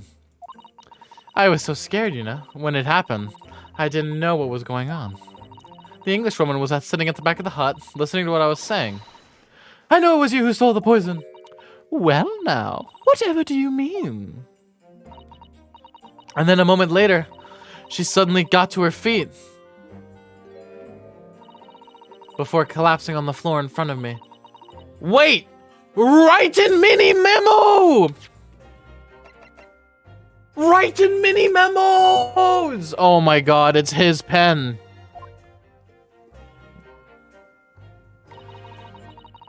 It all happened right before my eyes. And you weren't the only people in the hut and you were the only people at the hut at the time? That's right. Just Miss Brett and myself. There was no one else. Probably stabbed her through the hut. I just don't understand how she possibly could have been stabbed like that. A great mystery indeed. I still can't believe it happened. That's why I just couldn't bring myself to speak up.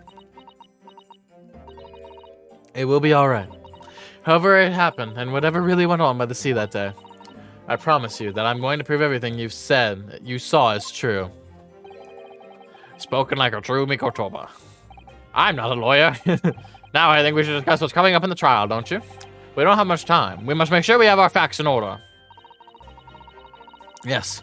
I expect the poison is going to come under close scrutiny in the upcoming proceedings. The police should hopefully have identified it on the blade by now. The trouble is, it's a completely new laboratory-synthesized blend of alkaloids. The police won't have any way of testing for it. Oh, I see. Yes. Without this chemical reagent, it's impossible to detect a toxin. Chemical reagent? I sent a colleague of mine off with some earlier to deliver to the police headquarters. I think perhaps you should have some as well, though, just in case. It's been created strict to only access my father's laboratory. Okay.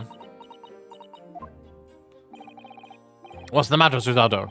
You're suddenly very quiet. It's because I'm tired, bro. Alright, can I look at this?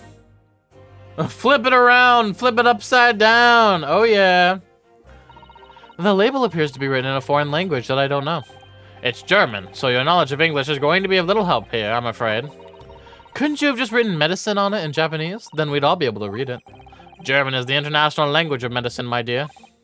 But yes, I can certainly see the merit in labeling the bottles in Japanese. Though I'm not sure medicine would be entirely appropriate. Okay. It's this newspaper article. Exclusive. Deadly poison stolen from UMA Medical Research Laboratory. I'm wondering how the information got out, given that it was the government's secret. It was all the Englishwoman's doing. What? It was when the professor and Soseki-san were being interviewed at the laboratory. That so-called English lady swanned in without any compunction, said to Professor Mikotoba. Oh, Professor, surely your guest would love to hear about your work on that substance there. It put me in a very awkward position, to be frank. Fucking Styx Fighters playing Tom Clancy's Rainbow Six Siege. But Soseki-san's curiosity had been piqued, so I had little choice but to give him a cursory introduction. So then Soseki-san knew about the poison? Yes, and it's highly likely that the reporter who was writing up the story about us would have caught a glimpse of the toxin too. This Mini Memo-san. Mini Mamomo. Mimi Mamo, Mi Mamo, Mimi Mamo, Mimi Mamo Mo. By the way, did that reporter join you when you all went to the beach? Oh. No, I don't remember the reporter being there. Indeed, he shouldn't have been. I very much doubt anyone would have wanted him there. Oh. A known criminal had been given permission by the authorities to bathe by the seaside. Soseki-san pointed out that inviting a reporter might be problematic, so the man was sent back to his office. But he might have come along anyway, yet he obviously didn't go back. He secretly followed the party to the beach and took this very candid photograph. And then presumably he posted it anonymously to the police. Ah. Yes, that must be what happened. Counsel! We've just heard that the new witness is now ready to testify. The trial is about to resume. Please proceed to the courtroom at once. It's time to steel ourselves once again, then. Like you stole my poison. Defense attorney Ryotaro Naruhodo. Yes. Ray has put her faith in me now and told me everything. So I can't let her down. Now I have to prove that what she's telling the court is true. I have to prove what really happened that day. Oh my god, let's do this. Woo! We got 40 minutes left today. 13th August, 2012. Not 2012. If this was 2012, man. All right. I hereby call this court to order as we reconvene to continue the trial of Ray Membami. Prosecutor Ouchi, have you summoned the new witness? Before I address that question, Your Excellency, I have some very important news to share. Oh? What news? And why does he look so happy about it? During the recess, with the collaboration of Professor Mikotoba's laboratory at University, the police re-examined the knife that was used to end Mr. Jalbright's life. Excellent. I admire your rapid handling of the matter. Oh, too kind, Your Excellency, too kind. I was merely carrying out your instructions, of course. I had the reagent delivered to the police headquarters by rickshaw, so it'll be there by in good time. But judging by the man's swagger, I fear we might need to brace ourselves for the inevitable. And counsel, what were the results? This dagger, which was so cruelly used to end the life of the victim, has no trace of poison anywhere along its blade. What? It was in the pen. I know it was in the pen. Are you sure about that? I would stake the reputation of the police on it. Damn. Armed with the reagent, the test is extremely simple. They couldn't have made a mistake. Alright. In short, yo, what? Thank you, Obama pissing Eggman Moon for the follow. That's one of the best usernames ever. I need to finish this soda real quick. My throat getting dry. Alright. I got nothing else but me, myself, and I. And writing Mimi Memo. In short, the accused's feeble excuse earlier has been utterly destroyed. Go from manly scream to feminine scream. Now the prosecution is ready to call the new witness. Dude, my Ouchie voice is more feminine than my Susato voice. Oh, the newspaper reporter who managed to capture a photograph of the crucial moment. Good. Very well, officer. Bring in the new witness. No trace of poison on the knife. It was in the pen. Don't worry, Shoddy. We got you. How could the toxin have entered the victim's body? We know it did. You know. Sup, writing Mimi Memo? Why would you lick the tip of your pen? Oh, have him lick the tip of this pen right here and he'll die. There we go. We figured it out. Witness, please state your name and occupation for the court. Writing Mimi Memo of the Shoyu News. I'm what people like to call a journo. And his armband has the same logo as the pen. It's his. It has to be. What's a journo, Father? Do you know? It's simply a contraction of journalist. I'm there when the news breaks, putting pen to paper to catch those scoops so they're in print the next morning. They don't call me the hero of the Herald for nothing. The nice guy of news. Oh. So, it was you who took this photograph, was it? Well, what have we here? I'm sorry? Oh, brace yourselves, the people. Mimi Memo senses a scoop in the offing. Female student up to foul play, defended by curiously handsome young lawyer in Supreme Court. The readers will lap this up. We'll set it above the fold at 72 point in a 5-leg format for the morning edition. Huh? Right then, let's start with your name. Oh, it's Ryotaro Naruhodo. Next, what made you want to become a lawyer? I'm asking the questions here. I want to reform our country's legal system, I suppose. Ryotaro has suddenly become very ambitious, I see. I just borrowed Kazuma-san's dream for a while. By the way, my name is Taketsuchi Aochi. That's Taketsuchi Aochi. The so-called dark horse of the Supreme Court. My objection strike fear into every defense lawyer's heart. I don't care about you. No, the readers won't buy that. What? I kind of like this guy, even though I'm pretty sure he killed her. Witness? Yeah. What this court demands to know is whether or not you were responsible for taking of this picture. It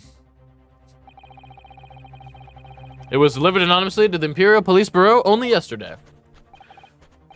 Yeah, I wouldn't be a journo if I didn't click quick when presented with a scoop like that, now would I?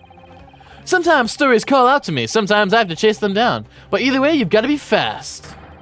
Fast legs to run with, and a fast hand to write with. It's no good if you don't note it down, I always say. That's what I call my mini-memoism. God, I hate this name. Mini-memoism. Ah, yes, I remember your face. We met that day when you were interviewing myself and Saseki-san. Yes, right. That was me. Mini-memo again. But you were supposed to be going back to the Shoyu news offices after our meeting. But the scoop is, I didn't. Because that Englishwoman's words had piqued my journalistic interest. Miss Brett's words. My pencil tastes like paprika. A criminal left to do as she pleases just because she happens to be a British citizen. It's horse dung. This country's judiciary is run to the core. The Supreme Court's rulings aren't worth the paper they're written on. The police are just imperial pawns. You are in a court with officers literally lining the gallery. You might want to be careful, Shoddy. Say your tongue, young man. These are complex political issues at play. Huh.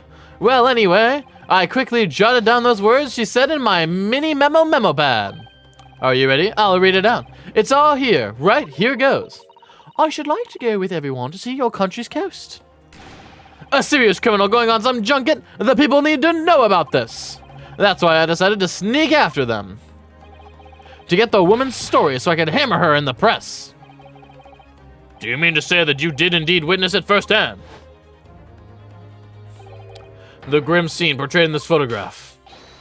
Oh yes, I saw it with my very own journo eyes. From start to finish. Through the viewfinder of my trusty camera. Thank you, Mini-memo-san. You will now give a formal testimony before the court. You will state exactly what it is that you witnessed of the events surrounding Miss Brett's death. Sheesh. Witness testimony, shoddy. The camera never lies. The beach hut was made of shoddy old reed screens, so there were plenty of gaps I could see inside through and stab Miss Brett through. The Englishwoman was sitting on a stool when the student girl came in and started arguing with her. Seconds later, the girl pulled out a knife, throwing the Englishwoman to the floor as she stabbed her in the back. My smoldering journal spirit burst into flames. Quick as a flash, I whipped out my camera, ready to click. I pulled apart the rough weave of one of the scenes and poked a lens through the perfect shot. Okay. Read screens, you say? Right. You can see them clearly enough in that great shot I snapped. Yeah, look at that. The hut walls were just screens made of coarsely woven reeds. You could stab someone through it. Yes, it allows the breeze to pass through and bring some relief from the summer heat. And it was a breeze for me to poke my camera through and see the whole thing hotting up. Ignoring for the time being the appalling invasion of privacy involved. Did you witness everything that happened from the moment the defendant entered the hut? Oh yes, I saw it. I saw the whole thing from start to finish. And you say that you took the photograph through a gap in one of the screens. Luckily for me, they were pretty shoddily woven. I pulled the reeds apart and thrust the lens of my camera through the gap. Would I get away with it, or would I be seen? It was the gamble of a lifetime. A tenacity of purpose that's considered admirable in a journalist, I suppose. Run a risk one day, run a scoop the next. That's a mini-memoism in a nutshell. Man. At last, it would appear we have a genuine witness to this wicked crime. The evidence and testimony are extremely compelling.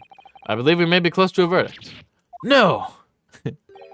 Shut your mouth! Wonderful news, Your Excellency! Wonderful! Nevertheless, it cannot be denied that this testimony begs one very large question. What question?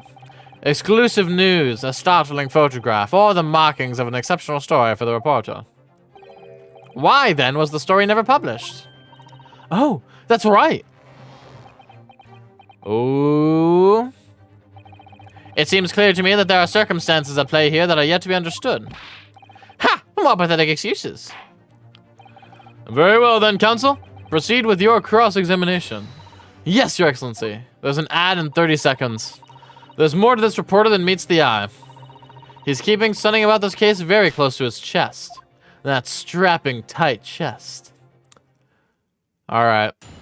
I'm gonna work through the cross-examination during the ad break, but I will not present until the ad is over. How's that sound? I'm gonna run it real quick, though. Alright. Come on, run it, run it. There we go.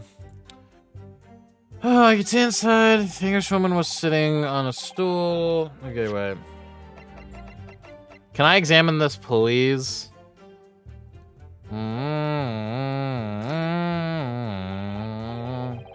Don't see victim's blood. Oh dear, blood is never a pretty sight, is it? It's strangely beautiful. I'm having to fight the urge to run it under a hot tap and get it clean. You've always been fastidious about cleanliness, haven't you? I think this is something else, Father. And is that it? Okay, looks to be it. Can I use this with shit? Nothing appears obviously out of the ordinary here, does it? Alright. Really? Nothing I can, like, can I put a dropper of this on something? I wish I could. Okay, the Englishwoman was sitting on a stool when the student game girl came in. Seconds later, the girl pulled out a knife, throwing the Englishwoman to the floor as she stabbed her in the back. Okay. My smoldering journal spirit burst into flames. I whipped out my camera, ready to click. Huh, okay. I want to press about this. Hold it.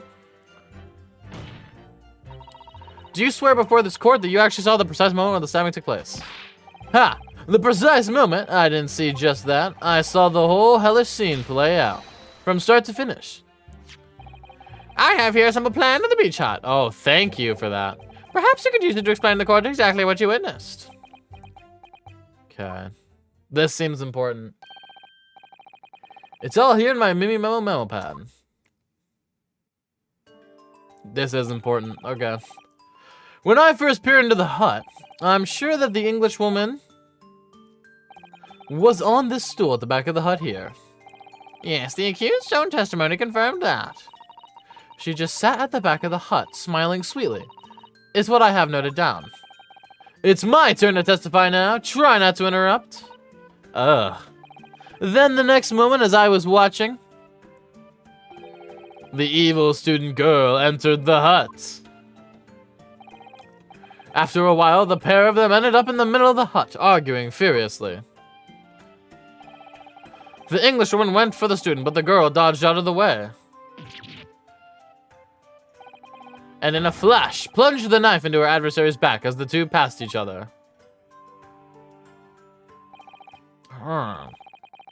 What you describe as a grim scene indeed.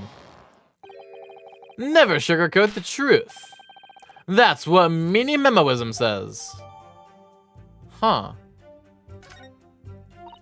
By the way, Mini-Memo-san, whilst you were watching that terrible scene unfold before your eyes through the gap in the screen, did it not occur to you to try to prevent the tragedy rather than capture it on film?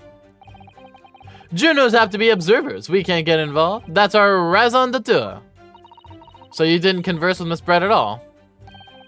Obviously not. An observer always remains on the outside looking in. And that's something to be proud of, is it? Your Excellency, if I may. Yes, Professor? I think the witness's last expertly phrased statement should perhaps be added to his formal testimony. Father, what are you... Definitely need to press something here. I will grant the defense's request. Mini-Memo-san, you will supplement your formal testimony with the aforementioned statement. Well, nihilism is the foundation of Mini-Memoism, but I'll gladly prove that my words aren't meaningless. I never once set foot in the hut. Objection! It's the pen. Mini-Memo-san, until now I've had a firm belief that newspapers are in the business of uncovering and publishing the truth. You're spot on there. The press doesn't lie, which is why I'm proud to wear the emblem of the Shoyu News on my arm. In a way, that's more mini-memoism. Sadly, though, it seems the journalists who write for those papers don't always share the same passion for the truth. What are you suggesting with those recriminatory statement words, Counsel? Minamemo-san, do you recognize this fountain pen? This pen was found at the scene of Miss Brett's death. In fact, the murdered victim was gripping it in her hand as she died. What are you... If you look at the barrel of the pen, you'll notice that its owner's initials are engraved there. R.M. Yes, thank you for bringing that up, Counsel. The initials of the accused, Rei Mbami. Is it a coincidence, I wonder? That your initials are also R.M.? No! Writes in mini memo. R.M.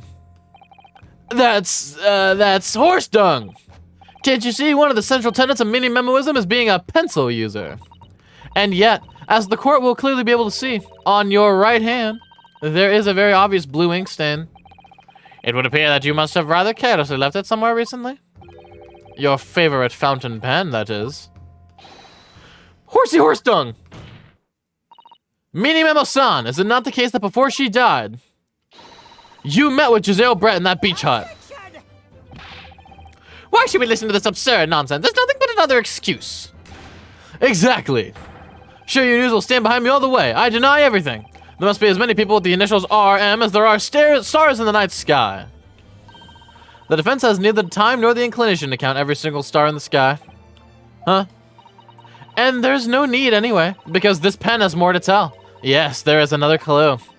A clue that undeniably proves who its owner really is. In that case, Counsel, the defense will now show the court where this alleged clue lies. Of course, Your Excellency.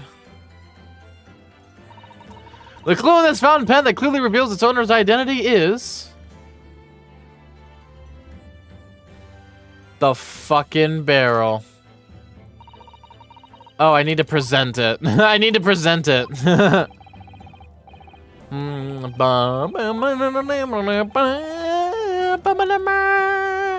Present! Got it! As well as the initials, there is also an emblem on this fountain pen. An emblem, as you'll of course recognize, Minamemo-san. The fire emblem! Goodness me, it's the emblem of the Shoyu News! In other words, the owner of this pen is an employee of the Shoyu News, whose initials are RM. Suddenly the stars in the night sky don't seem so numerous, do they? Well, Minamemo-san, how do you respond? No! We got his ass. Order, order. Explain yourself, witness.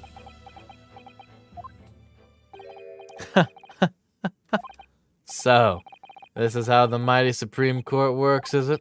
Using coercive tactics to have well-meaning citizens reveal harmless secrets? I've used nothing but honest tactics. Alright then, fine. I won't try to hide it anymore. Yes, not long before that grim tragedy unfolded, I, a Shoyu News reporter, on behalf of the public, conducted an interview with the Englishwoman.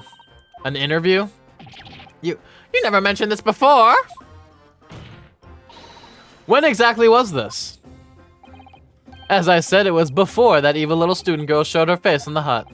It couldn't have lasted more than 2 or 3 minutes, that's all. It was just a brief exchange. But it came to nothing, and as we mini-memoists say, the people don't pay their dues for unworthy news. However insignificant you deem it to be, this court cannot overlook the meeting between yourself and the victim. You will testify now under oath about the precise nature of this meeting and what transpired. Got it. Yes, all right. But on one condition. Condition? In all good conscience, I can speak out alone about this. You need to call back the earlier witnesses. Saseki Natsume-san. Saseki-san? Oh, yes. According to my notes here, that man has a secret of his own. And brace yourselves, because it's not a harmless one. It's big. What? What? Oh, shit. Mini-memoism states that one man's secret is every other man's front page story. Very well. I will grant the witness's request in this instance. Officer, summon the other witnesses back to the stand. Saseki-san, hiding something? My god. What a shock. Hey, what's up? Witness testimony, here we go. I'm assuming I'm gonna have to, like, one of them's gonna react to something that they say. Oh, I asked the English woman for an interview, but she declined, so I left the hut without making a fuss. Then, watching secretly from outside, I saw the woman being stabbed and the other witnesses come running. The detective realized that the victim still had a pulse, so he ran off to fetch help. That's when this writer man here asked the woman a very significant question. But he didn't say anything about that in his testimony, which is why Mimi Memoism demands I reveal it now. He has nothing to say. You mean to say the victim... The victim regained consciousness? Well, And when she did, you decided to ask her a question? I don't know why I got a little Irish there. That's, true, yes. He did, and that's not all. The woman gave him a very definite answer. An answer that incriminates the accused. This is preposterous. Why am I only hearing about this now? Why didn't you mention this before, you yokel hack?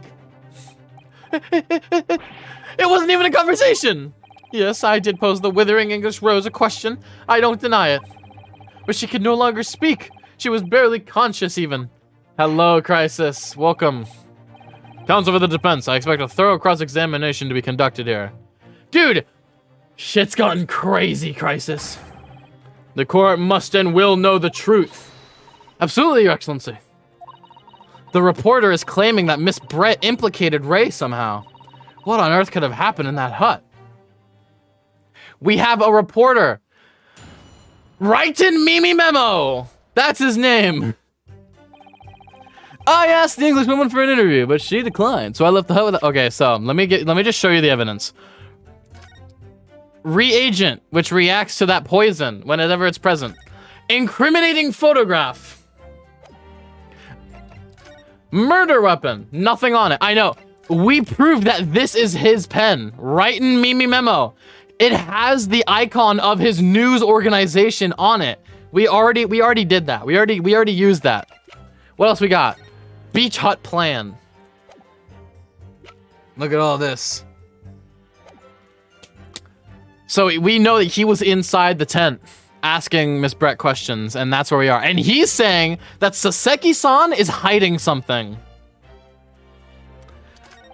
Then, watching secretly from outside, I saw the woman being stabbed and the other witnesses come running. The detective realized the victim still had a pulse, so he ran off to fetch help. That's when this writer man here asked the woman a very significant question. But he didn't say anything about that in his testimony, which is why Mini Mama Wisdom demands I reveal it now. Can I press there? Writing Mini Memo? I know. Saseki-san, are you trying to hide something? Don't look at me like that. Saseki-san, you must tell the court everything that happened. Well, in truth, I'd been catching crabs at the water's edge and building castles in the sand, you see. Well, the seaside is a place to be at leisure, I suppose, even for a grown man. But then all of a sudden, from that little beach hut, a young girl's panic-stricken cries for help pierced the air. Ray. I ran up to the beach to see what was happening, to find the defendant leaning over the collapsed victim. As soon as Inspector Hosanaga saw Miss Brett on the ground, he sprinted off to get help. And then, just a moment later, I heard a faint moan. A moan from the dead Englishwoman. I nearly jumped out of my skin. But what did you ask her, Saseki-san? I asked her, who did this to you? Don't protract this any longer. How did the woman respond? She didn't. She said nothing in response. But... When in the stand, you will answer the questions asked of you unambiguously. Now, without evasion or reticence, I demand that you amend your testimony. I didn't even speak. I will. I asked her who did this to you, but she never replied. She just lifted a trembling finger and pointed in the direction of the defendant. Which finger? Was it this finger? Was it the finger that was holding this pen? Was it that finger? Was it? Hold it!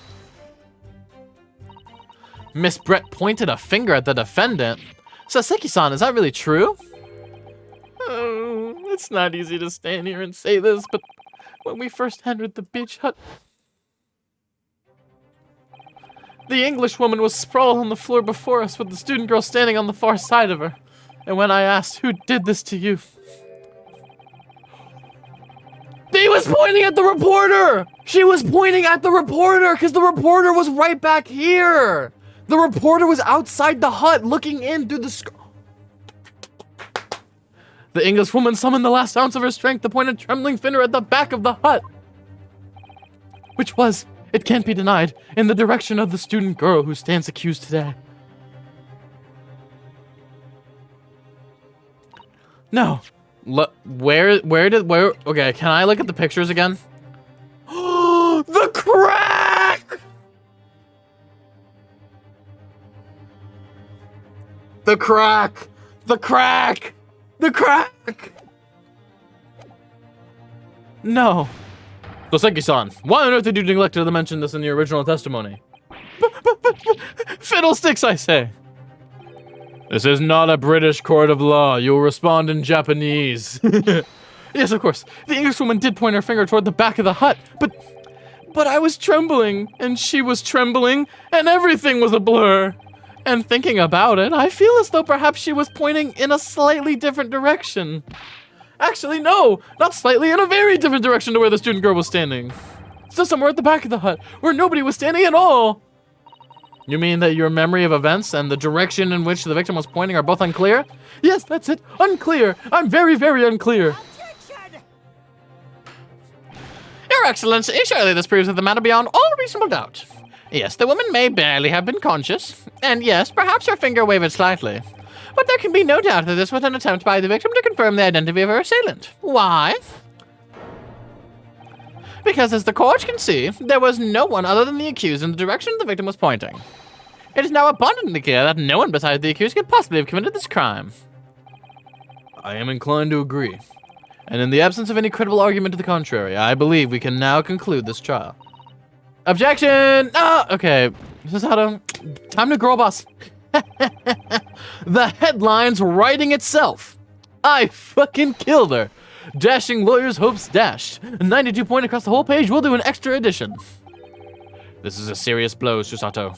Unless we're able to identify the true culprit and substantiate our claim with evidence, the judge will give his ruling, and the trial will be over. But that's impossible, Father. We don't even know how the crime was committed yet. Impossible though the task may seem, we have no choice. We must think back over everything we've learned thus far. Somewhere in all those details, I'm confident we'll find the clue we need. Ray gave us her account of how events unfolded in the defendant's antechamber before the trial resumed. She told us what happened at the precise moment Miss Brett was killed.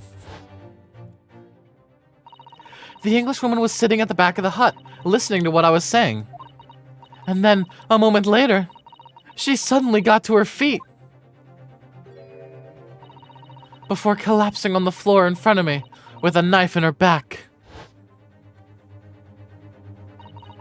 How could Miss Brett have been stabbed in the back in a beach hut that was empty but for herself and Ray? Somewhere amid all the information we've gathered so far, there must be an answer to that question. Soseki. Soseki was never bad. He's a cat owner, he can't be bad. I take it then the defense has nothing further to add. So the gallant Choco student's luck finally runs out. I can't say I'm surprised. Shut up. In that case, I'm ready to deliver my final verdict on... Okay, can you speak up? This is a crucial turning point now. If I can't establish what really happened, it's over. Where was the real culprit hiding? And how did he or she stab the victim? I know how! Objection! Objection! Boom, boom, boom, boom, boom! Your Excellency, I respectfully ask you to postpone your adjudication for the time being. Oh, to what end, counsel? The defense would like to present the court with an alternative theory. An alternative theory that can explain who the victim was actually trying to implicate with her dying gesture. Okay, shut up, Ouchie. An alternative theory? None exist. Objection! That's just a theory. A game theory. There was someone else present at the scene who could have committed this crime. What? And the victim, Miss Brett, tried to reveal who it was to those around her at the time by mustering all her remaining strength and pointing a trembling finger in the she fingered the killer. This is fiction, fantasy. You mean to say we're in a video game? Very well, as you seem so sure you're on the council, I'm prepared to hear your alternative theory. So, young Ryotaro Naruhodo. Yes, Your Excellency. You will present your latest theory to the court by means of this plan. At the moment the victim was stabbed, where exactly are you proposing the culprit was concealed? Take that. Naruhodo-san would never give up. And I'm a Naruhodo now.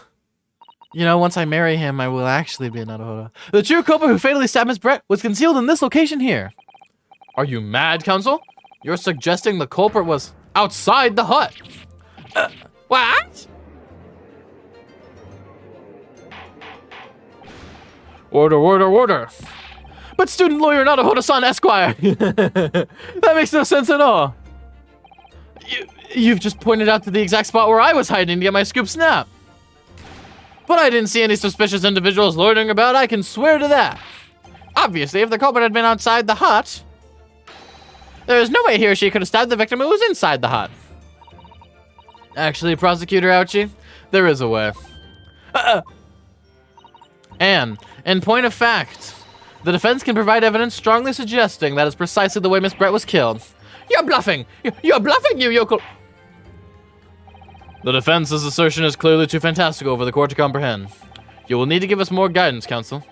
What piece of evidence corroborates your theory that the victim was stabbed from outside the hut? Take that! The original photographic print of the crime scene? Yes, it's clearly visible in this print. The trace of the fatal thrust that was delivered from outside the beach hut. Do you take us for fools? There's no hint of any such thing. I'm not sure that everyone present would agree. Someone, at least, appears to have noticed what it is that I'm referring to. Counsel, once again I must call on you to be explicit for the court.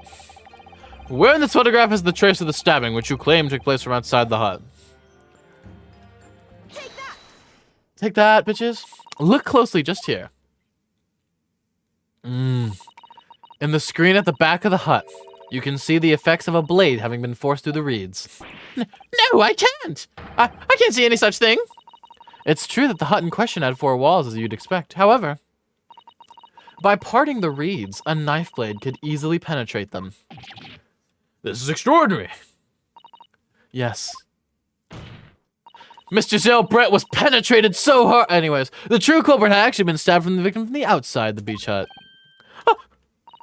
And of everyone present at the scene, there is only one person who could have done that. Only one person who was directly outside the hut when Miss Brett was killed. Ryan Mini Memo-san! It could only have been you!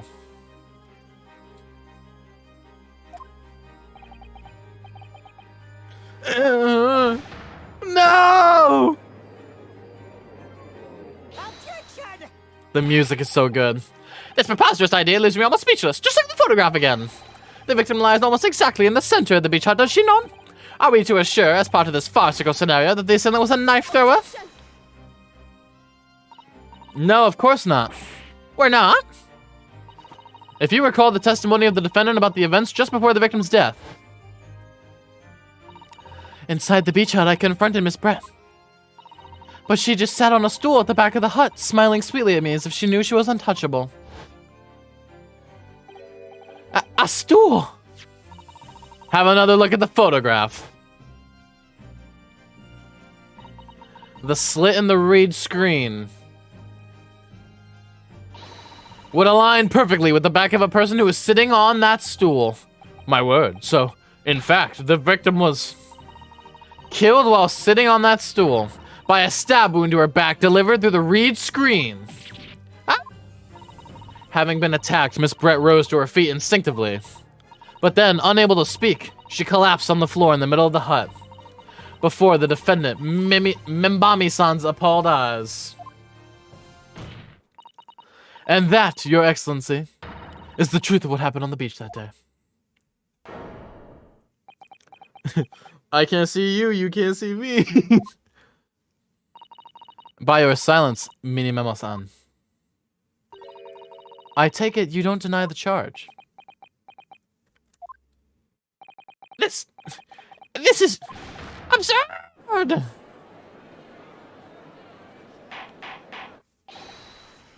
That will do. It would appear that we have a tacit admission of guilt from the witness. Accordingly, this court has successfully established the truth of the matter. Which means that the defendant, Membami-san, is innocent of the crime. Oh, thank goodness. At least this wasn't a fucking 5-hour trial like the first games. I finally made him cave. I must say, I've never been more proud of my trans son. No, this can't be. The Ouchie clan can't. What of my growth? My tumor? It wasn't all an apparition. I can't accept this. I won't. I see no reason for the continuance of this trial. I will therefore move to conclude proceedings by delivering my final verdict and... Yeah. Because here's the thing. The one thing we haven't wrapped up is the poison. The poison's the one thing we haven't wrapped up. Well, this is all very convenient. This is how the highest court in our mighty empire delivers justice, is it? Suppressing well-meaning citizens' freedom to speak and branding them as criminals. But we've established that the victim was stabbed from the outside of the hut through the reed screen walls. And no one but you was in place at the time to have his hand on the hilt of the blade. It's a perfectly logical deduction. So, your argument hinges on the location of whoever stabbed the Englishwoman, does it? Well, it seems a little irrelevant now. Irrelevant? Where she was stabbed, how she was stabbed, it doesn't matter. I mean, whether she was stabbed at all makes no difference if you think about it. After all, the trial has already shown the whole thing hinges on something else. Sounds like it's freaking out, dude. What are you talking about? Brace yourself, little man. I'm talking about the fact that everything's changed. Because of the dirt you dug up. What? Enough obscurity. Explain yourself, witness. What's to explain? I'm talking about the poison, of course. The poison? Let's ask the professor for a comment on the situation, shall we?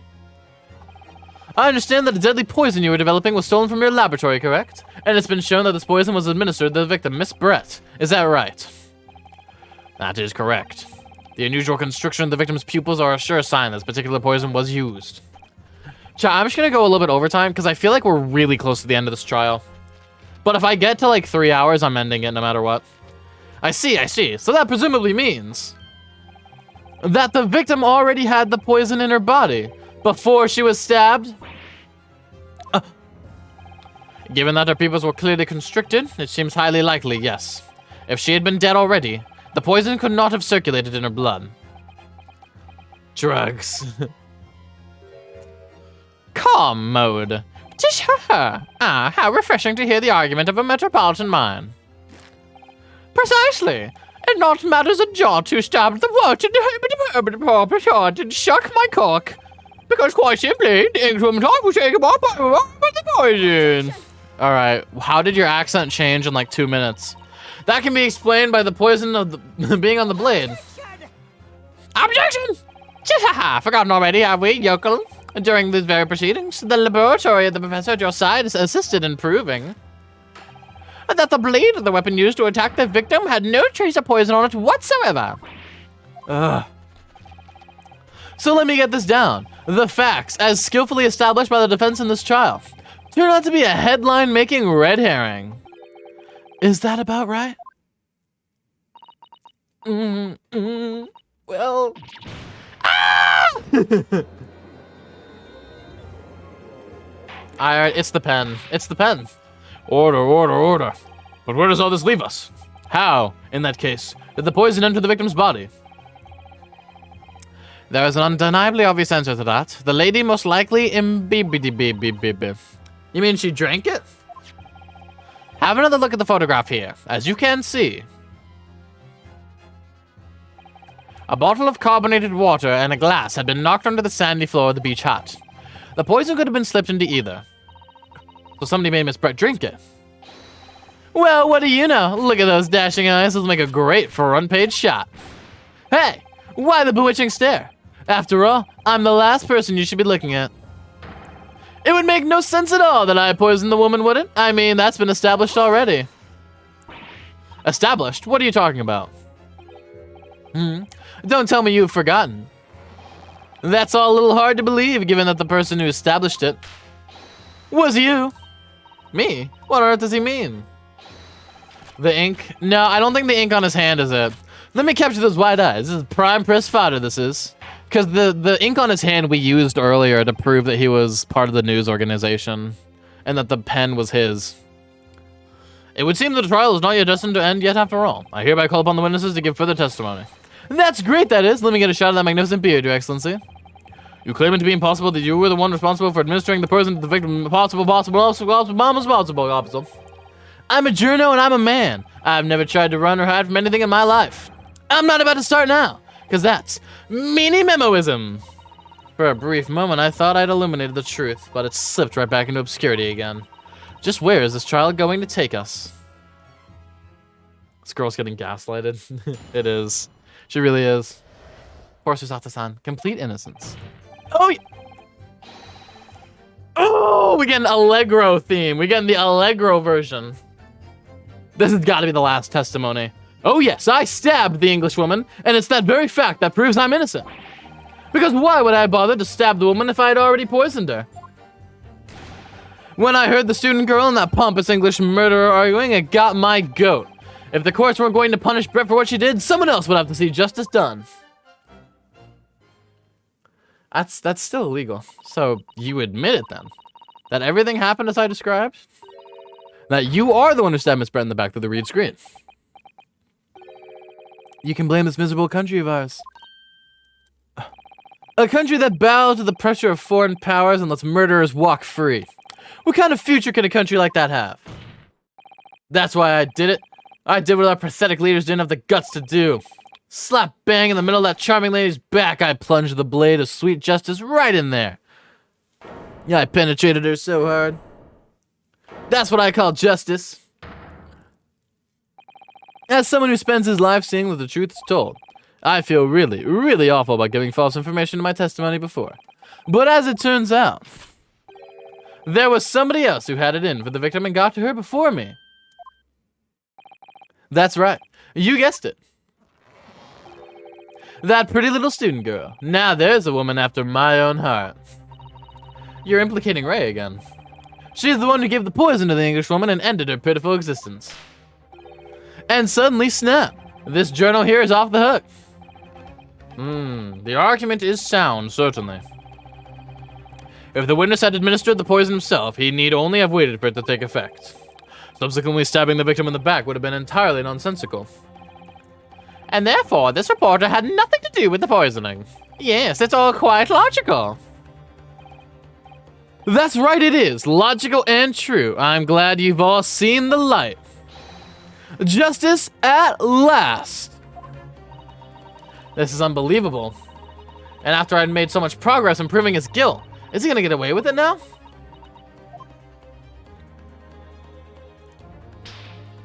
Slap. Think of Kazuma-sama and Naruhodo-san. They never stopped looking for a way forward until the judge's final gavel. Very well then, counsel. Proceed with what I assume to be your final cross-examination. Alright, let's fucking do this shit.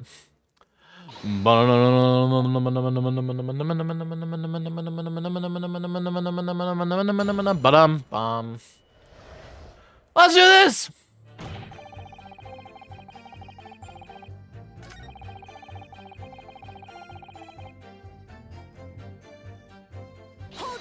Okay.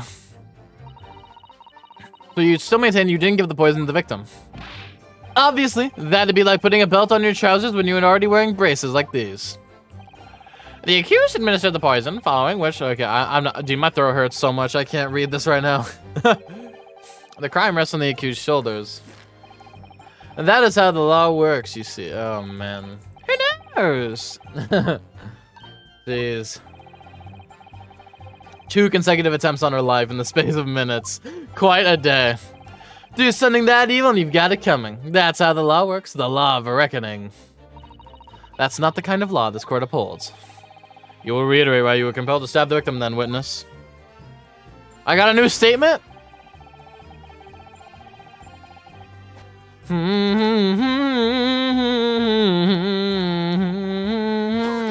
Banana. was that someone else you? Mini Memo-san? No comment. Sorry. I plead the fifth. It was the accused sent the English woman to hell. I just waved her off, that's all. Alright, yeah, I got my hands a little dirty in the process, it's true. But you listen to me. My blade was restless at the injustice of it all. Oh my wait. I say we should all applaud the young student girl for having the courage to rid the world of that menace. Oh, hey. Sorry about that. Slip of the tongue. If the victim had unwittingly taken the poison already, the reporter would have no reason to stab her. On the face of it, that logic sounds entirely reasonable. But there's no question that this man was responsible for Miss Brett's murder. If we can think of a plausible explanation as to why he might have stabbed her even after the poisoning, I feel sure that everything would drop into place. That's what we should be looking for. I agree. And in order to do that, I must try to glean more information. Alright, I gotta press. That's what I'm doing. Hold it! So you do admit you had murderous intentions toward Miss Brett then? Ha! The one's very existence offended my sense of justice. Your sense of... He's claiming some sort of righteous indignation? She was pure evil, a cold-blooded killer who'd committed murder right here on our empire's soil. But did our good-for-nothing government do anything? Not a chance. So I had to step in. Fly the flag of justice. Put things right for the people. Yes, it was my civic duty. That's what drove me to do it. So in summary, murderous intentions then? Whatever you want to call it. The point is this. That Englishman was a blight. The Irish potato blight. For society. I read it wrong, was on about this okay. Oh man. The poisoning was done alright, we gotta press on the arguing thing. Hold it! Hold it! I think you're right, Crisis. What exactly were they arguing about? About what happened in that restaurant 9 months ago, that's what. The student girl was laying into the English woman for killing her beloved mentor, Dr. Wilson. Yes, Dr. John H. Wilson, a professor of medicine, invited her from English, but Professor Mikatoba. Right, but the English woman just jeered. Her case was to be heard by the British Consular Court in Shanghai. However, there is little doubt that she would simply have been acquitted and sent back to her homeland a free woman. It was eating that student girl up inside, you could see it, and I really felt for her. Hold it. Let's fucking go. This is rare, isn't it? Yeah, what's up, Shoddy? I can't stand here and listen to this tripe. Ray. Young girl, you stand accused here. You can't just blurt out whenever you feel like it. No, you can't. Sorry, but I'm in the middle of some very important testimony here. Just keep quiet and listen. But this awful man is making all of this up. Susato, please, you have to make him listen. Oh my god, who's Susato? Return to the dark at once, Mbami-san. We were in the middle of a cross-examination. Hold it, wait. Your Excellency, please, I implore you. That journalist is clearly not a trustworthy witness. Exactly. He's a filthy, rotten, black-hearted, bigoted, dirty, gray, peeping Tom. Whoa, take it easy there. Please, I really think the court should hear what the defendant has to say. Your Excellency, I see no need whatsoever to entertain the accused's remarks. I will grant the request of the defense. But, Excellency, what about all those things you said to me over Discord? I thought I was your little kitten. This is likely to be the final cross-examination of these species. I believe it would be ill-advised to stifle the defendant's obvious concerns. So, whilst recognizing that this contravenes regular protocol, I hereby call upon the defendant to speak. Oh. I didn't expect I'd get this far. I don't know what to say. It was nothing to do with Dr. Wilson. We were discussing the stolen poison. I want to press. Hold it! The stolen poison that killed the victim, you mean? I suspected her of being the one to steal it. I mean, just think about how she killed Dr. Wilson. That's true. Additionally, Miss Brett certainly had knowledge of the new poison. Why do we keep making poisons? But surely it would be no easy task to steal a highly secret tasking being developed by the government. Or for the government. Indeed, all visitors to the laboratory are thoroughly searched when they leave. Even if a thief managed to avoid being seen by myself or a colleague, getting the poison out would be very difficult. That's true. I pestered Professor Mikatoba until he agreed to show me the poison when I visited the laboratory. But as I left, I was searched from top to tail. Miss Brett rather bluntly revealed the existence of the toxin we'd been developing, you'd see. And since Oseki-san expressed such an interest in it, I felt unable to refuse. Obviously, I gave nothing away other than the fact that it was an extremely potent substance. I'm very ashamed of myself. It's just that I've had a singularly terrible experience with a deadly poison. I wanted to look my old enemy in the eye. Surely you can understand that.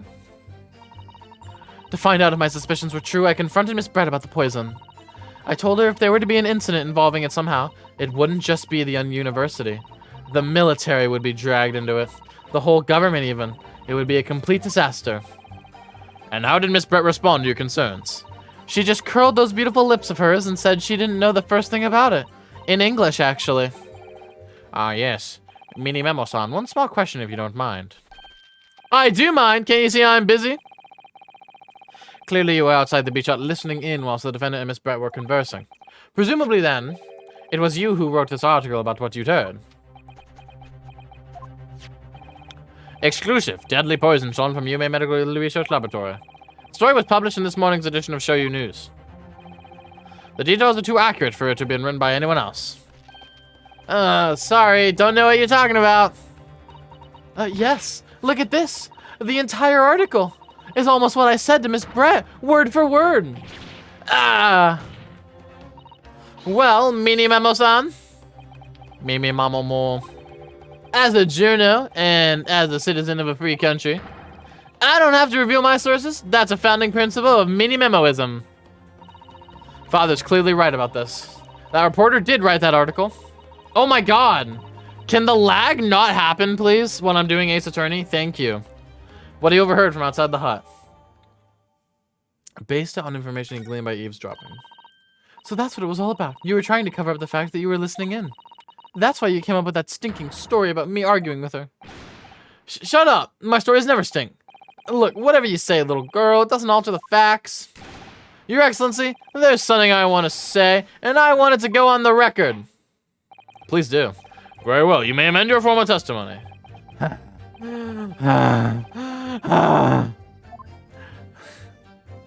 I kissed a boy and I liked it. The point is, if you'd poison someone, there'd be no reason to go and stab the person as well. Hold it! Perhaps you doubted the efficacy of the poison and sought to make sure your victim would die. That's horse dung. What? That'd be like pouring pepper on your Chinese ramen before you'd even tasted it. Completely reckless. Although, it might surprise you to learn that I'm a bit of an impetuous pepper pourer as it happens. Once the victim had taken the poison, she would have been only minutes away from death. And yet, this man then proceeded to stab her in the back as well. There has to have been a good reason for that. If it was the reporter who gave the poison to Miss Brett, then clearly, he must have done it prior to Ray entering the hut. That's undeniable. But between him leaving the hut and the victim being stabbed, there was one very crucial change in the situation. The pen. What change? The reporter overheard the conversation between Ray and the Englishwoman. Ah, yes, that's it. How? That's when Mimi Mamo-san first found out about the exact nature of the poison he'd used. That could be the key here. If the victim had automatically taken the poison already, the reporter had no reason. On the face of it, the logic sounds entirely reasonable. There's no question this man was responsible for Miss Brett's murder. If we could think of a plausible explanation as to why he might have stabbed her even after the poisoning, I feel sure everything would drop into place. That's what we should be looking for. Fuck, I don't know.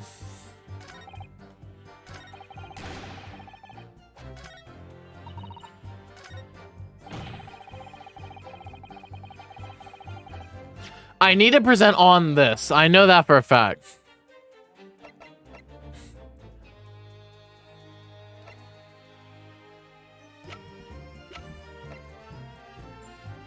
Huh.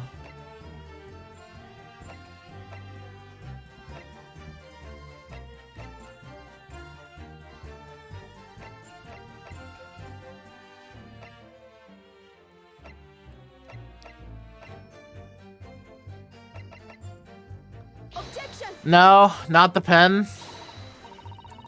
Ugh. God.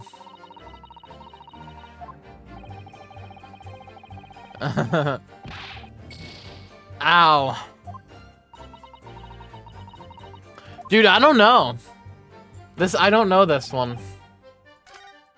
Oh, I should have gone back. Why did I do that? Oh man, I'm lost. This is a hard one. I stabbed the English woman. Why would I bother to stab the woman if I'd already poisoned her? Maybe you don't speak English?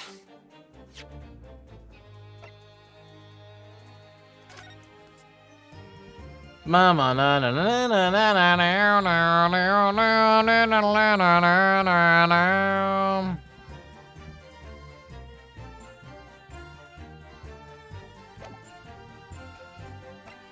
I don't know.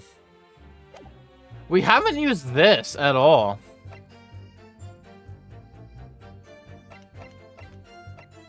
I have no idea. Chat, I genuinely have no idea.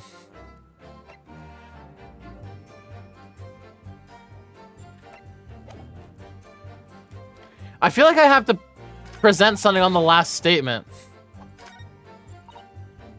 You know? Oh. If you'd poisoned someone, there'd be no reason to go stab the person as well. I'm gonna save. I'm gonna save, chat. I'm gonna save. I'm presenting the newspaper article? Objection! Sure, I guess. Well, I can think of one reason. What? But before I explain, I'd like you to confirm something for the court. Did you glean all the information for this newspaper article from what you overheard outside the hut? Of course he did. There can be no question of that. After all, when we were all in the laboratory together, all we were told was that it was a terrible toxin. And there's one more important fact to consider. According to the witness, Membami-san's verbal attack against the victim began as soon as she entered the hut. In other words, it would have been impossible for her to have slipped the poison into Miss Brett's drink.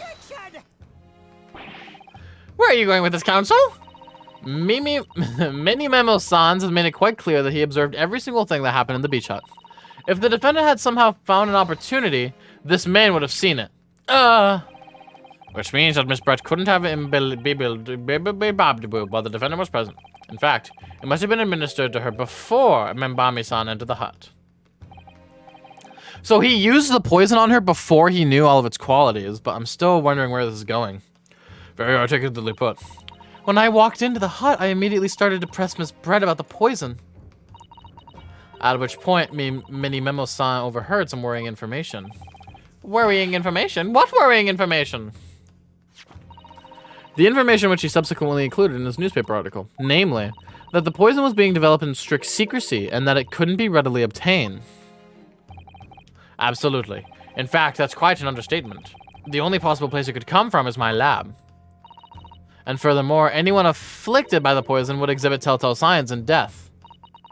The extreme constriction of the pupils. Yes, it's quite stark when you see it. There are other poisons that show similar symptoms, but not among new substances that are undetectable. In other words, it would be clear that the victim's life had been ended by the use of this particular poison, which would reduce the number of suspects to only a handful of people. Ah! Everyone in my laboratory is aware of the unique properties of the toxin we've been developing. None of them would be foolish enough to attempt to use it for some nefarious deed. Membami-san being no exception. Therefore, we can conclude that whoever administered this unique poison to the victim was a layperson, unaware of its telltale properties. In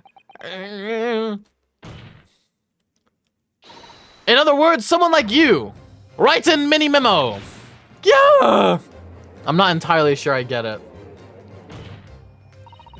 It was you who stole the poison from the laboratory that day, and it was you who administered it to the unwitting victim. But you quickly realized that it was a terrible mistake, because the poison can cause such unusual symptoms and was so traceable. Okay, I get it. I suppose, yeah.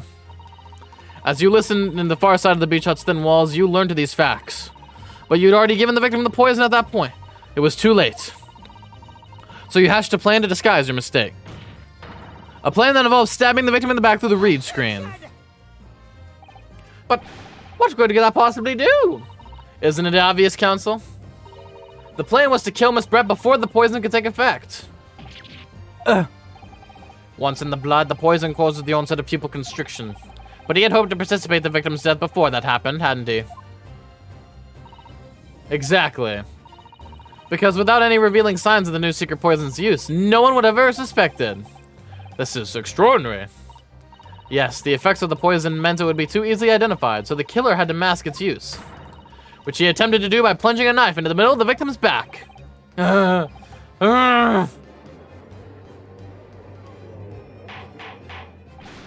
Order, order.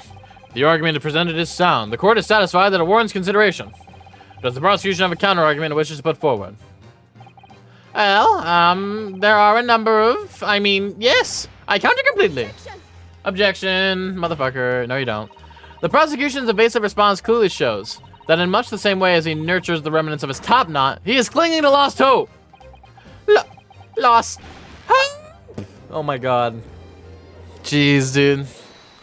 Hold it. Wrighton's got something to say. We don't have that much time left, Wrighton. You better chill. Ah! You pathetic, useless, fallen samurai! Fallen? Who are you calling fallen? My burgeoning growth is on the rise. I don't need a counter-argument.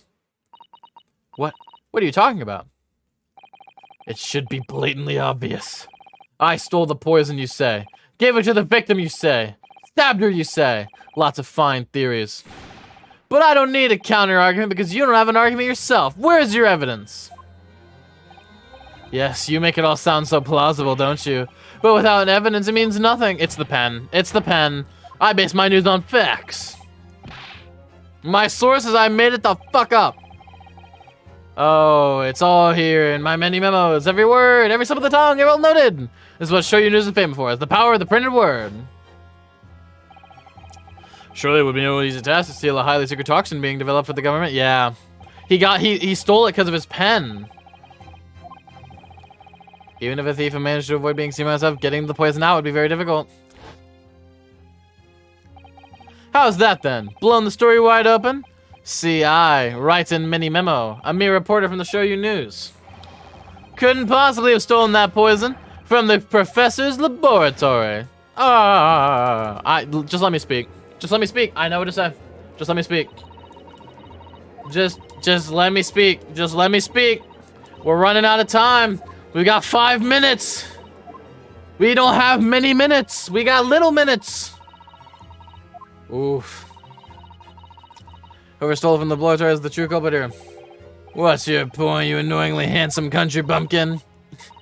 Damn, that was very openly gay. There's one way. They could have stolen the poison that day. Oh my gosh, what could it be? Please present evidence. Oh my god! What proof do you have that this witness stole the poison on the day in question? Take that. The proof, Your Excellency. It's fountain pen. A fountain pen. How can that possibly be relevant? These magical pens somehow seem to have enough ink to write many thousands of kanji characters. I believe they arrived in our country for the first time some 15 years ago now. But I swear, we have calligraphy. Well, as a forward-thinking man of words, obviously I love my fountain pen. Suck up a sucon of scrumptious ink, and one's work is washed with words in the blink of an eye. That's right. Fountain pens have a small reservoir in the barrel, into which ink is sucked up through the nib of the pen in order to write with later. What does all this talking of sucking up have? And just as it's possible to suck ink up into a reservoir, it's possible for you to suck me off, bitch. It's also possible to eject her to the nib again, of course. My word. Can this really be? Well, Mini Memo-san? The sass. When you saw the deadly poison before in the eyes of the laboratory that day, you used your fountain pen, your very lifeblood, to steal some of it, didn't you? By siphoning the poison up through the nib and into the pen's reservoir.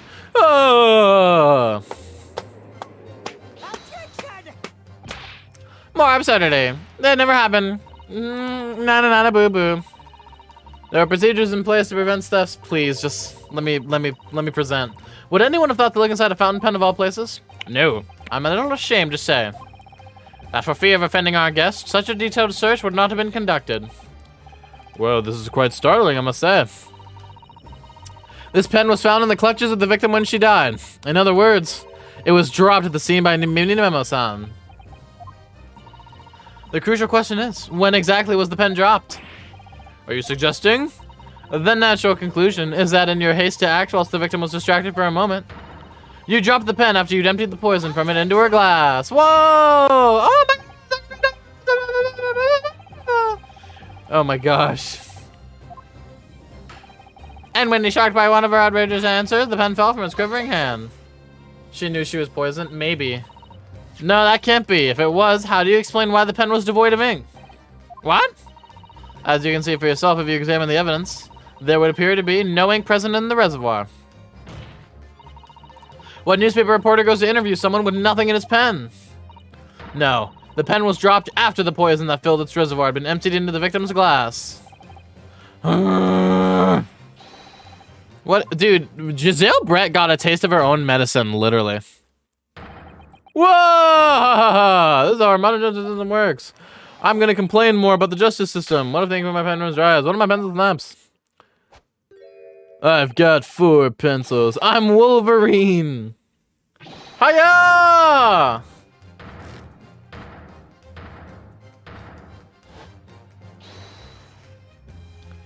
Nice. You claim I sucked the poison? That's speculation. That's some sucking speculation. Think again. It looks as though it's going to take one final decisive blow to finish this matter. As I see it, the situation is now very simple. It rests upon whether or not this witness did indeed steal the poison on the day in question. Let me produce the reagent! No such evidence could possibly exist. Objection, it does. I'll have the reagent. Let me present it already. That's how our modern justice system works. What? In the courtroom, evidence is everything! Nothing you would do unremembered! Because we're up at the... Very well, then I go... This is it, then. This will be the final piece in the puzzle. The defense can prove by means of this item that it was the witness's pen that was used to seal the poison. Take that. Counsel, what is that bottle? This bottle contains the unique chemical reagent that can identify the poison in question. Ah! Yes, that poison is entirely new synthesis of alkaloids developed by my colleagues and I. It would be impossible to detect traces of it in any other method. I'm so tired, or from another perspective, simply with this chemical reagent, anybody at all could check for traces of the poison. A reagent? What? 1 drop of the contents of this bottle on the tip of your fountain pen, Minimemo-san, is all it will take to solve this case beyond all reasonable doubt. No, you can't. I won't. Your crimes are bad enough, but I at least know when to admit defeat. Your Excellency, the defense requests permission to carry out the test on the fountain pen at once. Erg. Hiya! Whoa! This isn't my fault. The Empire drove me to this trying to host a civilization about every 4 boats swim. I think about only image of the minimum. Oh! With me. Oh! Oh! Oh! Oh! Oh!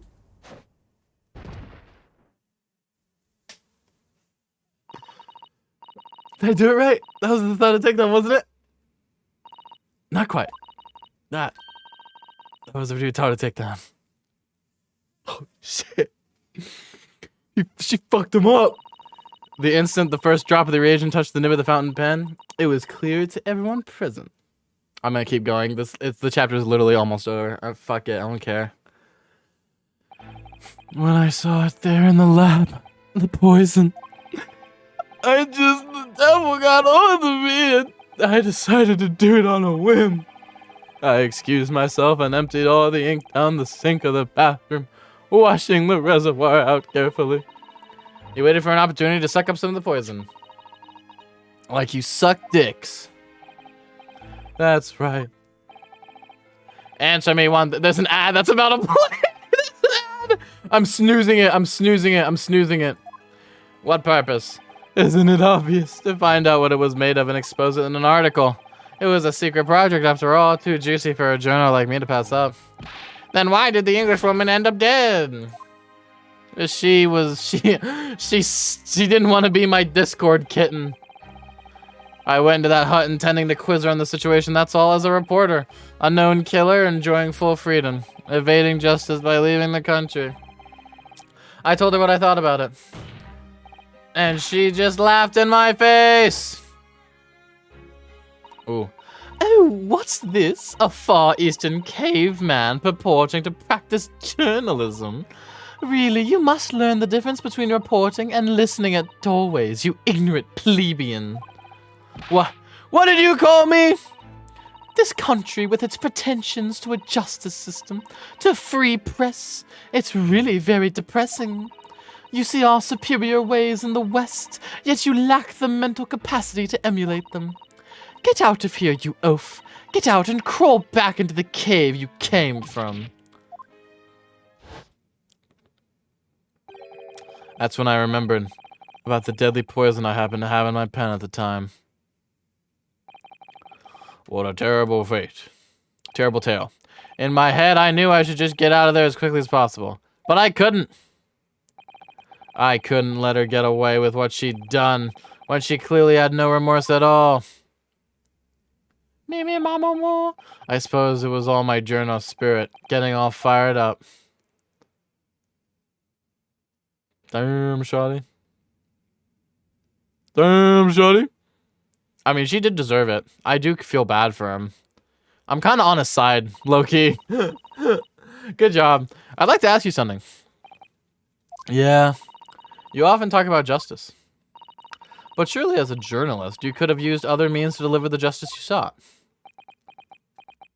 Yeah, but like, that would have been lame. There's no justice in the press. Sorry? After that trial 9 months ago, I kept digging and digging to find out what had happened in that courtroom. And finally, I discovered the truth. It was a cover-up, that's what it was.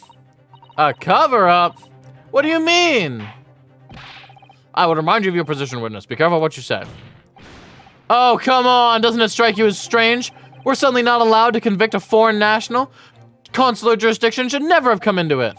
And yet that puffed-up English woman was going to sail away into the sunset a free woman.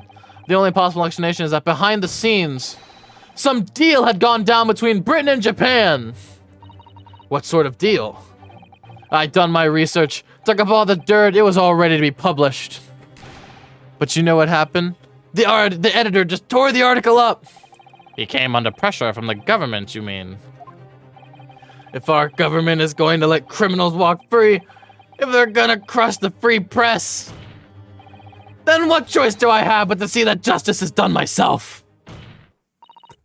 Let's not forget, Meni Memo-san, Mimi Mamumu, that you committed murder yourself and you tried to lay the blame at the defendant's door. I'm sorry, but you're no better than Giselle Brett. Shoddy was like a melody in his head.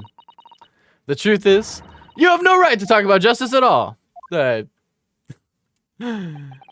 I suppose. Oh man, Maxwell, what are you doing here? We're still streaming? This chapter's almost over. I don't give a shit anymore. It would appear we have reached a conclusion to this trial at last. I might just do one chapter every stream. That might be fun.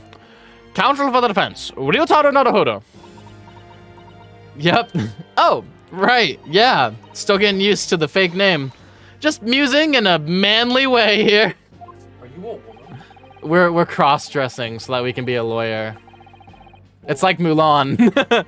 It's almost unbelievable that this is your first experience at the Supreme Court. It was an excellent performance. In truth, it very much reminded me of your cousin's exploits. Oh, Naruhodo's, Ryunosuke, you mean?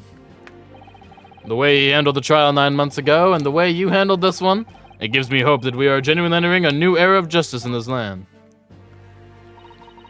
That's very flattering, Your Excellency. Hearing the defense you put forward today made me feel almost keenly that the future of our justice system will be forged by you and your contemporaries. Not you, Ouchie.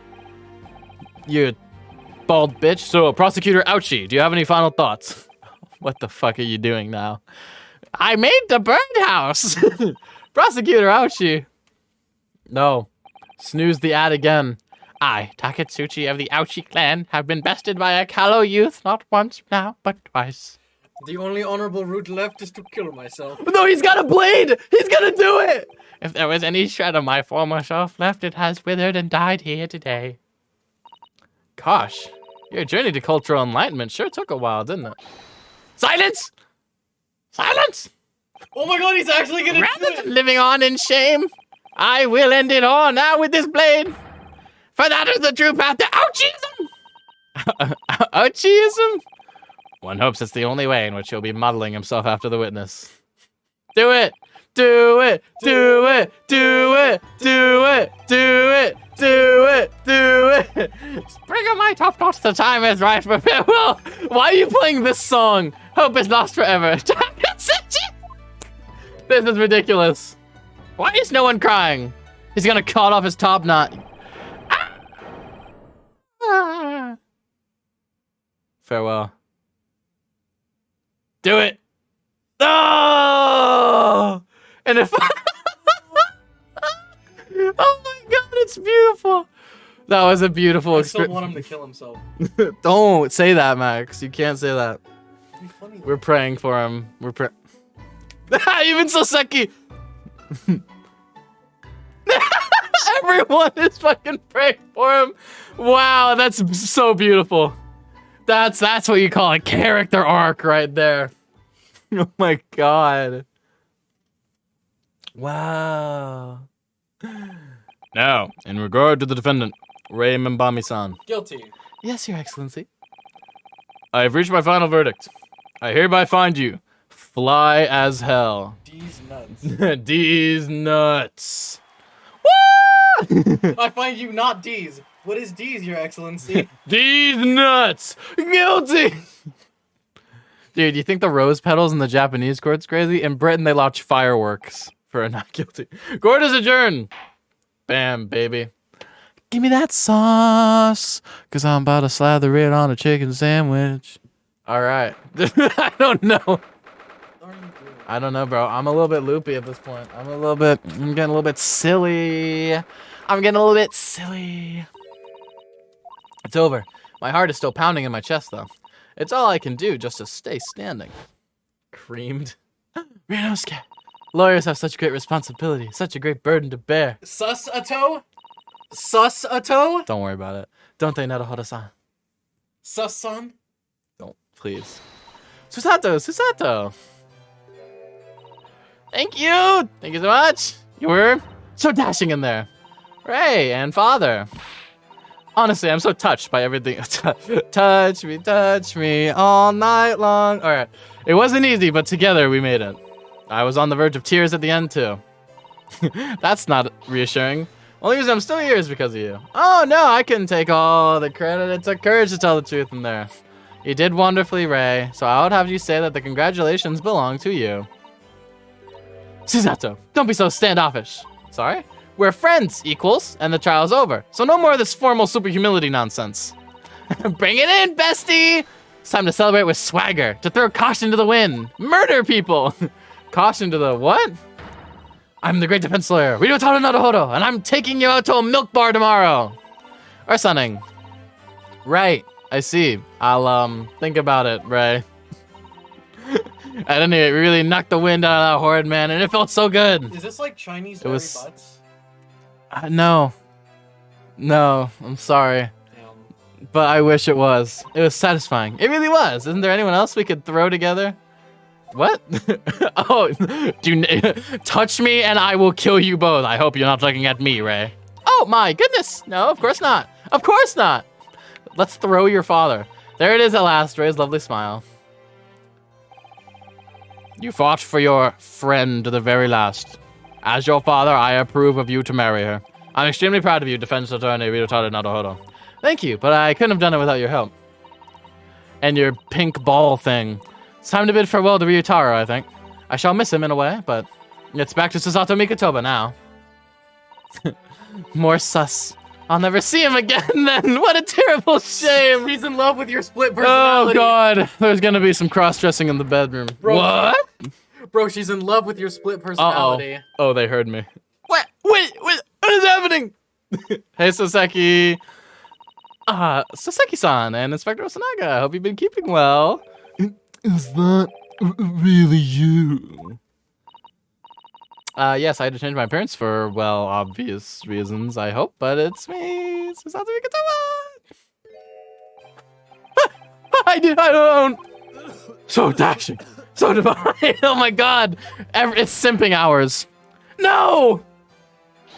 Totally dashing. I can't believe Yes. I was in love with a woman. Devilishly divine, just like at you. I had no idea, Mrs. Ada-san, Esquire-S, that you were a locum student Naruhodo-san Esquire's cousin. No, that's honestly astounding. Ace Attorney. Roll credits. Roll credits, boys. I have to snooze the ad one more time. Poor Soseki-san, so confused. I still remember the first time I ever met him. He was in a prison cell in London. What an extraordinary conundrum it was that the unwitting student from Japan found himself embroiled in. I remember that shit. After Naruhodo-san's skillful defense of the Old Bailey, Soseki-san was free to return to Japan. And he never died. I was shocked that he didn't die. Now he seems to have earned himself great fame as an author. It's you. I'm stunned. Why That's does a he look like truly. he's in prison golf? He's in disguise as a beach boy. He looks like he's going to jail. That's a truly impressive disguise. Even I had no idea, and I'm a chief inspector of the police bureau. Who came up with Mr. Turtle, no less. I love Mr. Turtle. Why did he just cough up blood? That's his thing. What? I'm not sure you He should be have admitting to that. checked out. It's tuberculosis, clearly. Amazing. You're a woman of many Faces I see. You're still streaming? I don't know. I know, man. Bro, Just two, straight really. up. And this was a once-in-a-lifetime event, I hope. Oh, I'm not a patch on you, though, Inspector. Well, I am a professional, of course. God. Bro. I do worry about Inspector Osanaga sometimes. I really do. Jesus, brother. We're getting everyone's fucking shit. 9 months ago, when he appeared here at the Supreme Court to testify, he was undercover, disguised as the head waiter of a restaurant. And then we saw him after he got his shit fucked up on the steamship to Great Britain, of course, disguised as a sailor to keep us safe on the journey. And then he Oh, died. no, that was Kazuma. Although that didn't help you, did it? Kazuma-sama. I miss him. From my perspective, everyone I've been assigned to guard has fucking died. Bro, why is everyone falling in love with your split personality? I mean, now the truth has been lost forever. What do you mean? I'm talking about the murder that the English woman committed at the end of last year. Ah, yes, it was an English doctor she killed, as I understand it. Dr. John H. Wilson, yes. The man I invited to Japan personally. I gotta BRBs. Alright. The mysterious why did she kill him? And now that the culprit herself is dead, we'll probably never know the answer. On the voyage to Great Britain, we had a most unexpected encounter. With Mr. Herlock Sholmes, the great detective, I mean. Yes, I remember Mr. Sholmes well, of course. Ah, my arch nemesis! How lightly you utter his name. Well, according to the stories published about him in the Adventures of Herlock Sholmes, the detective once had a partner who helped him solve crimes. A best friend. And that man was an exceptional doctor of medicine by the name of John H. Wilson. What? Dr. Wilson? I just can't believe that it's a coincidence. I think that the English doctor of medicine killed here in Japan 9 months ago must have been the friend and partner of Mr. Sholmes. And if that's really true... And the poor girl won't ever see her beloved father again. Damn, shoddy. Dang. I know something. As you know, I traveled to Great Britain once myself to study. It was around the time you were born. Yes, grandmother told me about it. On returning to Japan, I took up my professorship at the Imperial University. I also serve another role as an advisor to the government on diplomatic affairs. Yes, I was aware of that as well. In that case, I'm sure you understand that there are some confidential matters I cannot divulge to you. Dot. Could you just tell me one thing? Why did you summon me back to Japan? It's been 2 months now since I returned. When I left England, it was because an urgent telegram had arrived from Japan. It said that you'd collapsed with a high fever, and you were growing weaker by the day. What? Where did that news come from? Wait, so he wasn't... So he wasn't ever actually sick? That's what I'd like to know. Because after that long sea voyage, I found you in fine health, Father. Was there something in Great Britain that you perceived might inconvenience me in some way or harm me? That's really the only explanation I can think of. It was me. Dear me. Do you reserve your most cutting glares for your father, Susato? I'm sorry, my dear. I simply can't. Ah! Let me go! Oh my god. What the fuck do you want? Didn't he just get arrested? I think he is being arrested right now. One throw wasn't enough for you. They're about to fuck him up again. I've got one last thing to say before they take me away. Bro, they would never Professor. let this happen. Me? That's not. They don't just Maxwell, let people it's do that. 1800s Japan. It's a different time. I know, they would just stab him, you know? I know the truth. I know you had a hand in what went on. In that visiting student's fate. Visiting student? Josiah Brett, you mean? No, not her. The student of law who left for Great Britain 8 months ago. What? Student of law? He must mean Kazuma-sama. What are you talking about? What does any of this have to do with Kazuma-sama? Oh my god. Nobody here in Japan knows anything about it. They don't know that the guy never made it to England, that he died on the steamship, and that he'll never... oh my god, he just got fucked up. Oh, the judge! Well, I didn't expect to find him here. Oh my god! What were you officers playing at? Jesus. Terribly sorry, Your Excellency. Look at the badass motherfucker right here. Oh my god, he's just dead. Yeah, he murdered him. I see we're having a competition as who has the most puffed chest. I was coming to tell you that the rickshaw I'd has say the arrived, judge Eugen. wants. It's a good job I came by. Yes, thank you for dealing with him. And I'll be there shortly. Oh, Your Excellency? The trial's over. I'm not Your Excellency anymore. Call me Bob. Merely your father's friend, Seishiro Jigoku. Alright, sure. I'm still gonna call you Judge. And may I say that since I saw you last, you seem to have taken on a Why more is dashing everyone appearance. thirsting on you? Susato. Oh, fuck, he knew the whole time. Did you know all along? From the start of the trial? A judge sees everything, Susato. I couldn't let you take the risk. If Seishiro here hadn't known and then he'd recognized you, so I had a word in his ear beforehand, as an old friend. So, Seishiro, shall we? Thank God ads allow me to look at the stream. I couldn't snooze it anymore. Yes, having ruled on that case, we now know various diplomatic issues to address. Before you go, father. Sorry, my dear. We shall have to return to our earlier conversation at a later date. But we well done again, both of you. You did admirably. Oh, thank you very much. What did you think of my Seishiro sling, eh? It's been a while since I sent a man flying like that. Wait, Crisis, can you see this? I don't know if you can or not. Whatever could father be hiding from me? About Josiah Brett. About Dr. Wilson. And now it seems, according to the reporter, about Kazuma-sama.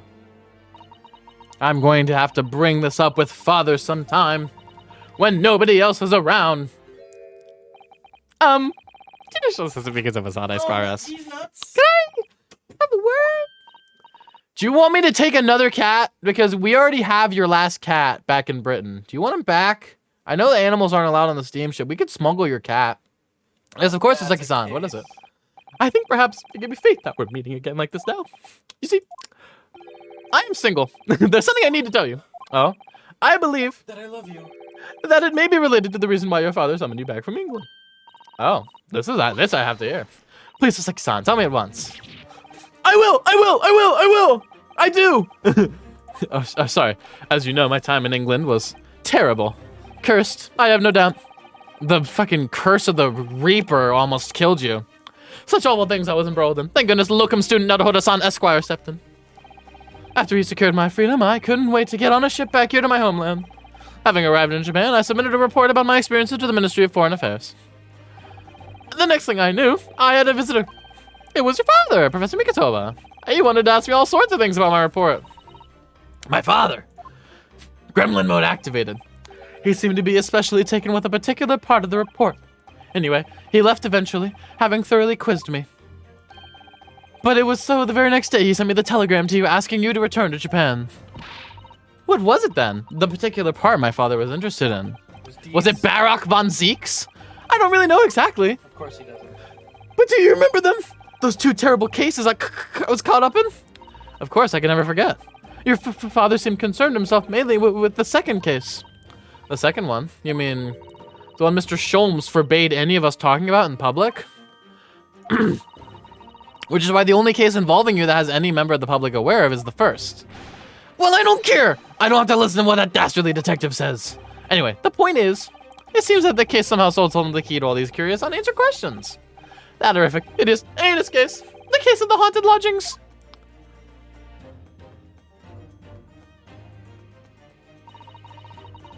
That case somehow caused my father to summon me urgently back to Japan? I thought the whole business was over. But it seems I was wrong. Perhaps that was only the start. Perhaps the story is not yet told. That is such a sequel line. It's chapter 1. I know. It's the next chapter line, not a sequel line. It's a All right, sequel to the we're back to where we chapter. started. We're back to where we started at the beginning. So, the mystery voice of that acting. English woman's death is solved. Thank goodness. Thank goodness.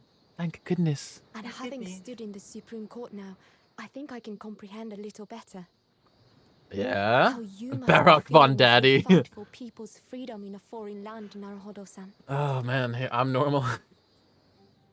I want to see Barack again. I really do. You see him in your But dream. actually, I do. I'm writing to you today because of another matter. Writing to you today because of a Met different matter. Sosa-san, and we talked about that second case he was involved in. Father has said nothing to me, but I feel certain of it. That case holds the key to some great unsolved mystery. Oh boy. My notes on the case should kinda still bad, be in the though. office, tucked away Oh, at the back of the so shelves wait, somewhere. was that the case that we played through? Perhaps you might like to look over them again. Or the one we didn't play through? Today, for the first time this year, it feels as though summer has arrived. The sky is a brilliant blue. It is indeed. It makes me long to see you again. Oh, Better Yours, mom. Susato. Sasada. She signed the letter with yours? Whoo! I'm just saying. He's a baddie. End of chapter 1, please. End of chapter 1, please. Thank you! Oh my gosh. It's not the end. That took 3.5 hours. Achievement unlocked. Susato's success. Suck. Do you hear the jingle? Do you hear the jingle? The double tap. Oh! The jingle! Oh, Harlock Sholmes. I see him. I see him. Ah! All right, episode 2, the memoirs of the Clouded Coco. First of all, can I just, this art was beautiful. Oh my god. He's nuts. The memoir. So this was the one we played through. Okay, cause the one we played through in the first game was the mystery of the Clouded Kokoro. And this one is the memoirs. What are the other ones? Return of the Great Departed Soul. Damn. Twisted Karma and His Last Bow. The Resolve of Ryunosuke Naruhodo. Damn, why does it look like that? Why it look like that? Why'd she look like that? Let's return to the title screen. Ladies and gentlemen, that is going to be the end of the stream today. Thank you guys so much for coming out. The Nubs and Pleasure to have you guys here. Hope you guys have had a great day. I hope it made you guys a day better because I know you guys make my day better coming at you super on the speed. No, I'm Eminem. Bro, can you just like do ASMR of like rubbing your mustache? They can't hear I it. meant like with your finger. Oh.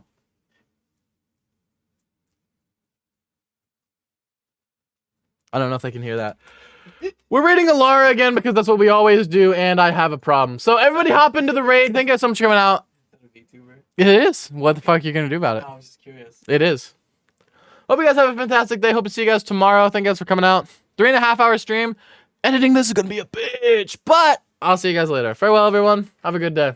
Bye.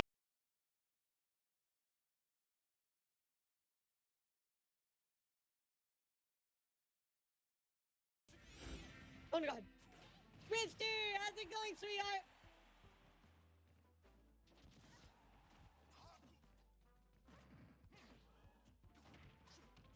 Dang. Wait, that kills? What? That kills? Mister, thank you for the raid. Hello, how's it going? Welcome to the stream. That I can beat you in a 2v1. It's pretty tough. Good. That's why you can cheat. Good night, Nikito. See you in the Discord. Maybe Gunner's not it. Maybe Brawler. I definitely killed you with forward tilt before. Yeah, but I didn't think it'd be that low per percent. Okay, when I want to make it close. That's why you can cheat. Guys, you can cheat in the challenge. You can use bits. Nagito is now following me. I didn't know he's here. Do you know Nagito? Nah. Hey, you guys can cheat. You played Ace Attorney? Oh, how did it go? Which one did you play? Because I still haven't played those at all.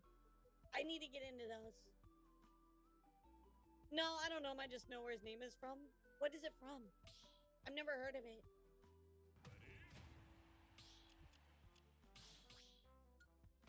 Like, all of his sword slashes almost look the same to me, Fuzz, so I didn't realize it was forward tilt. Hey, Ray, thank you for following. Hi. Danganronpa? Oh. Which one?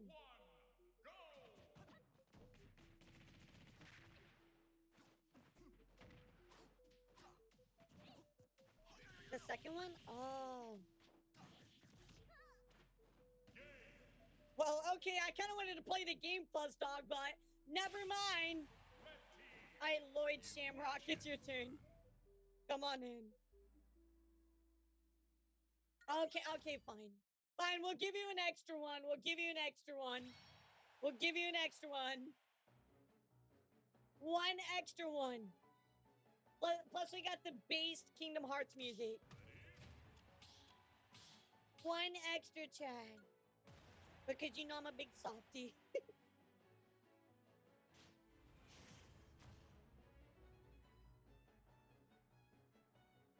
I remember the first time I heard this like song in Kingdom Hearts 1.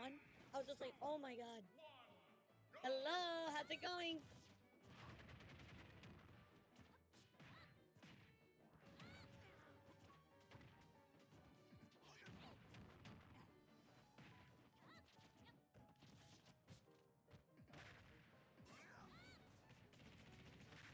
There we go.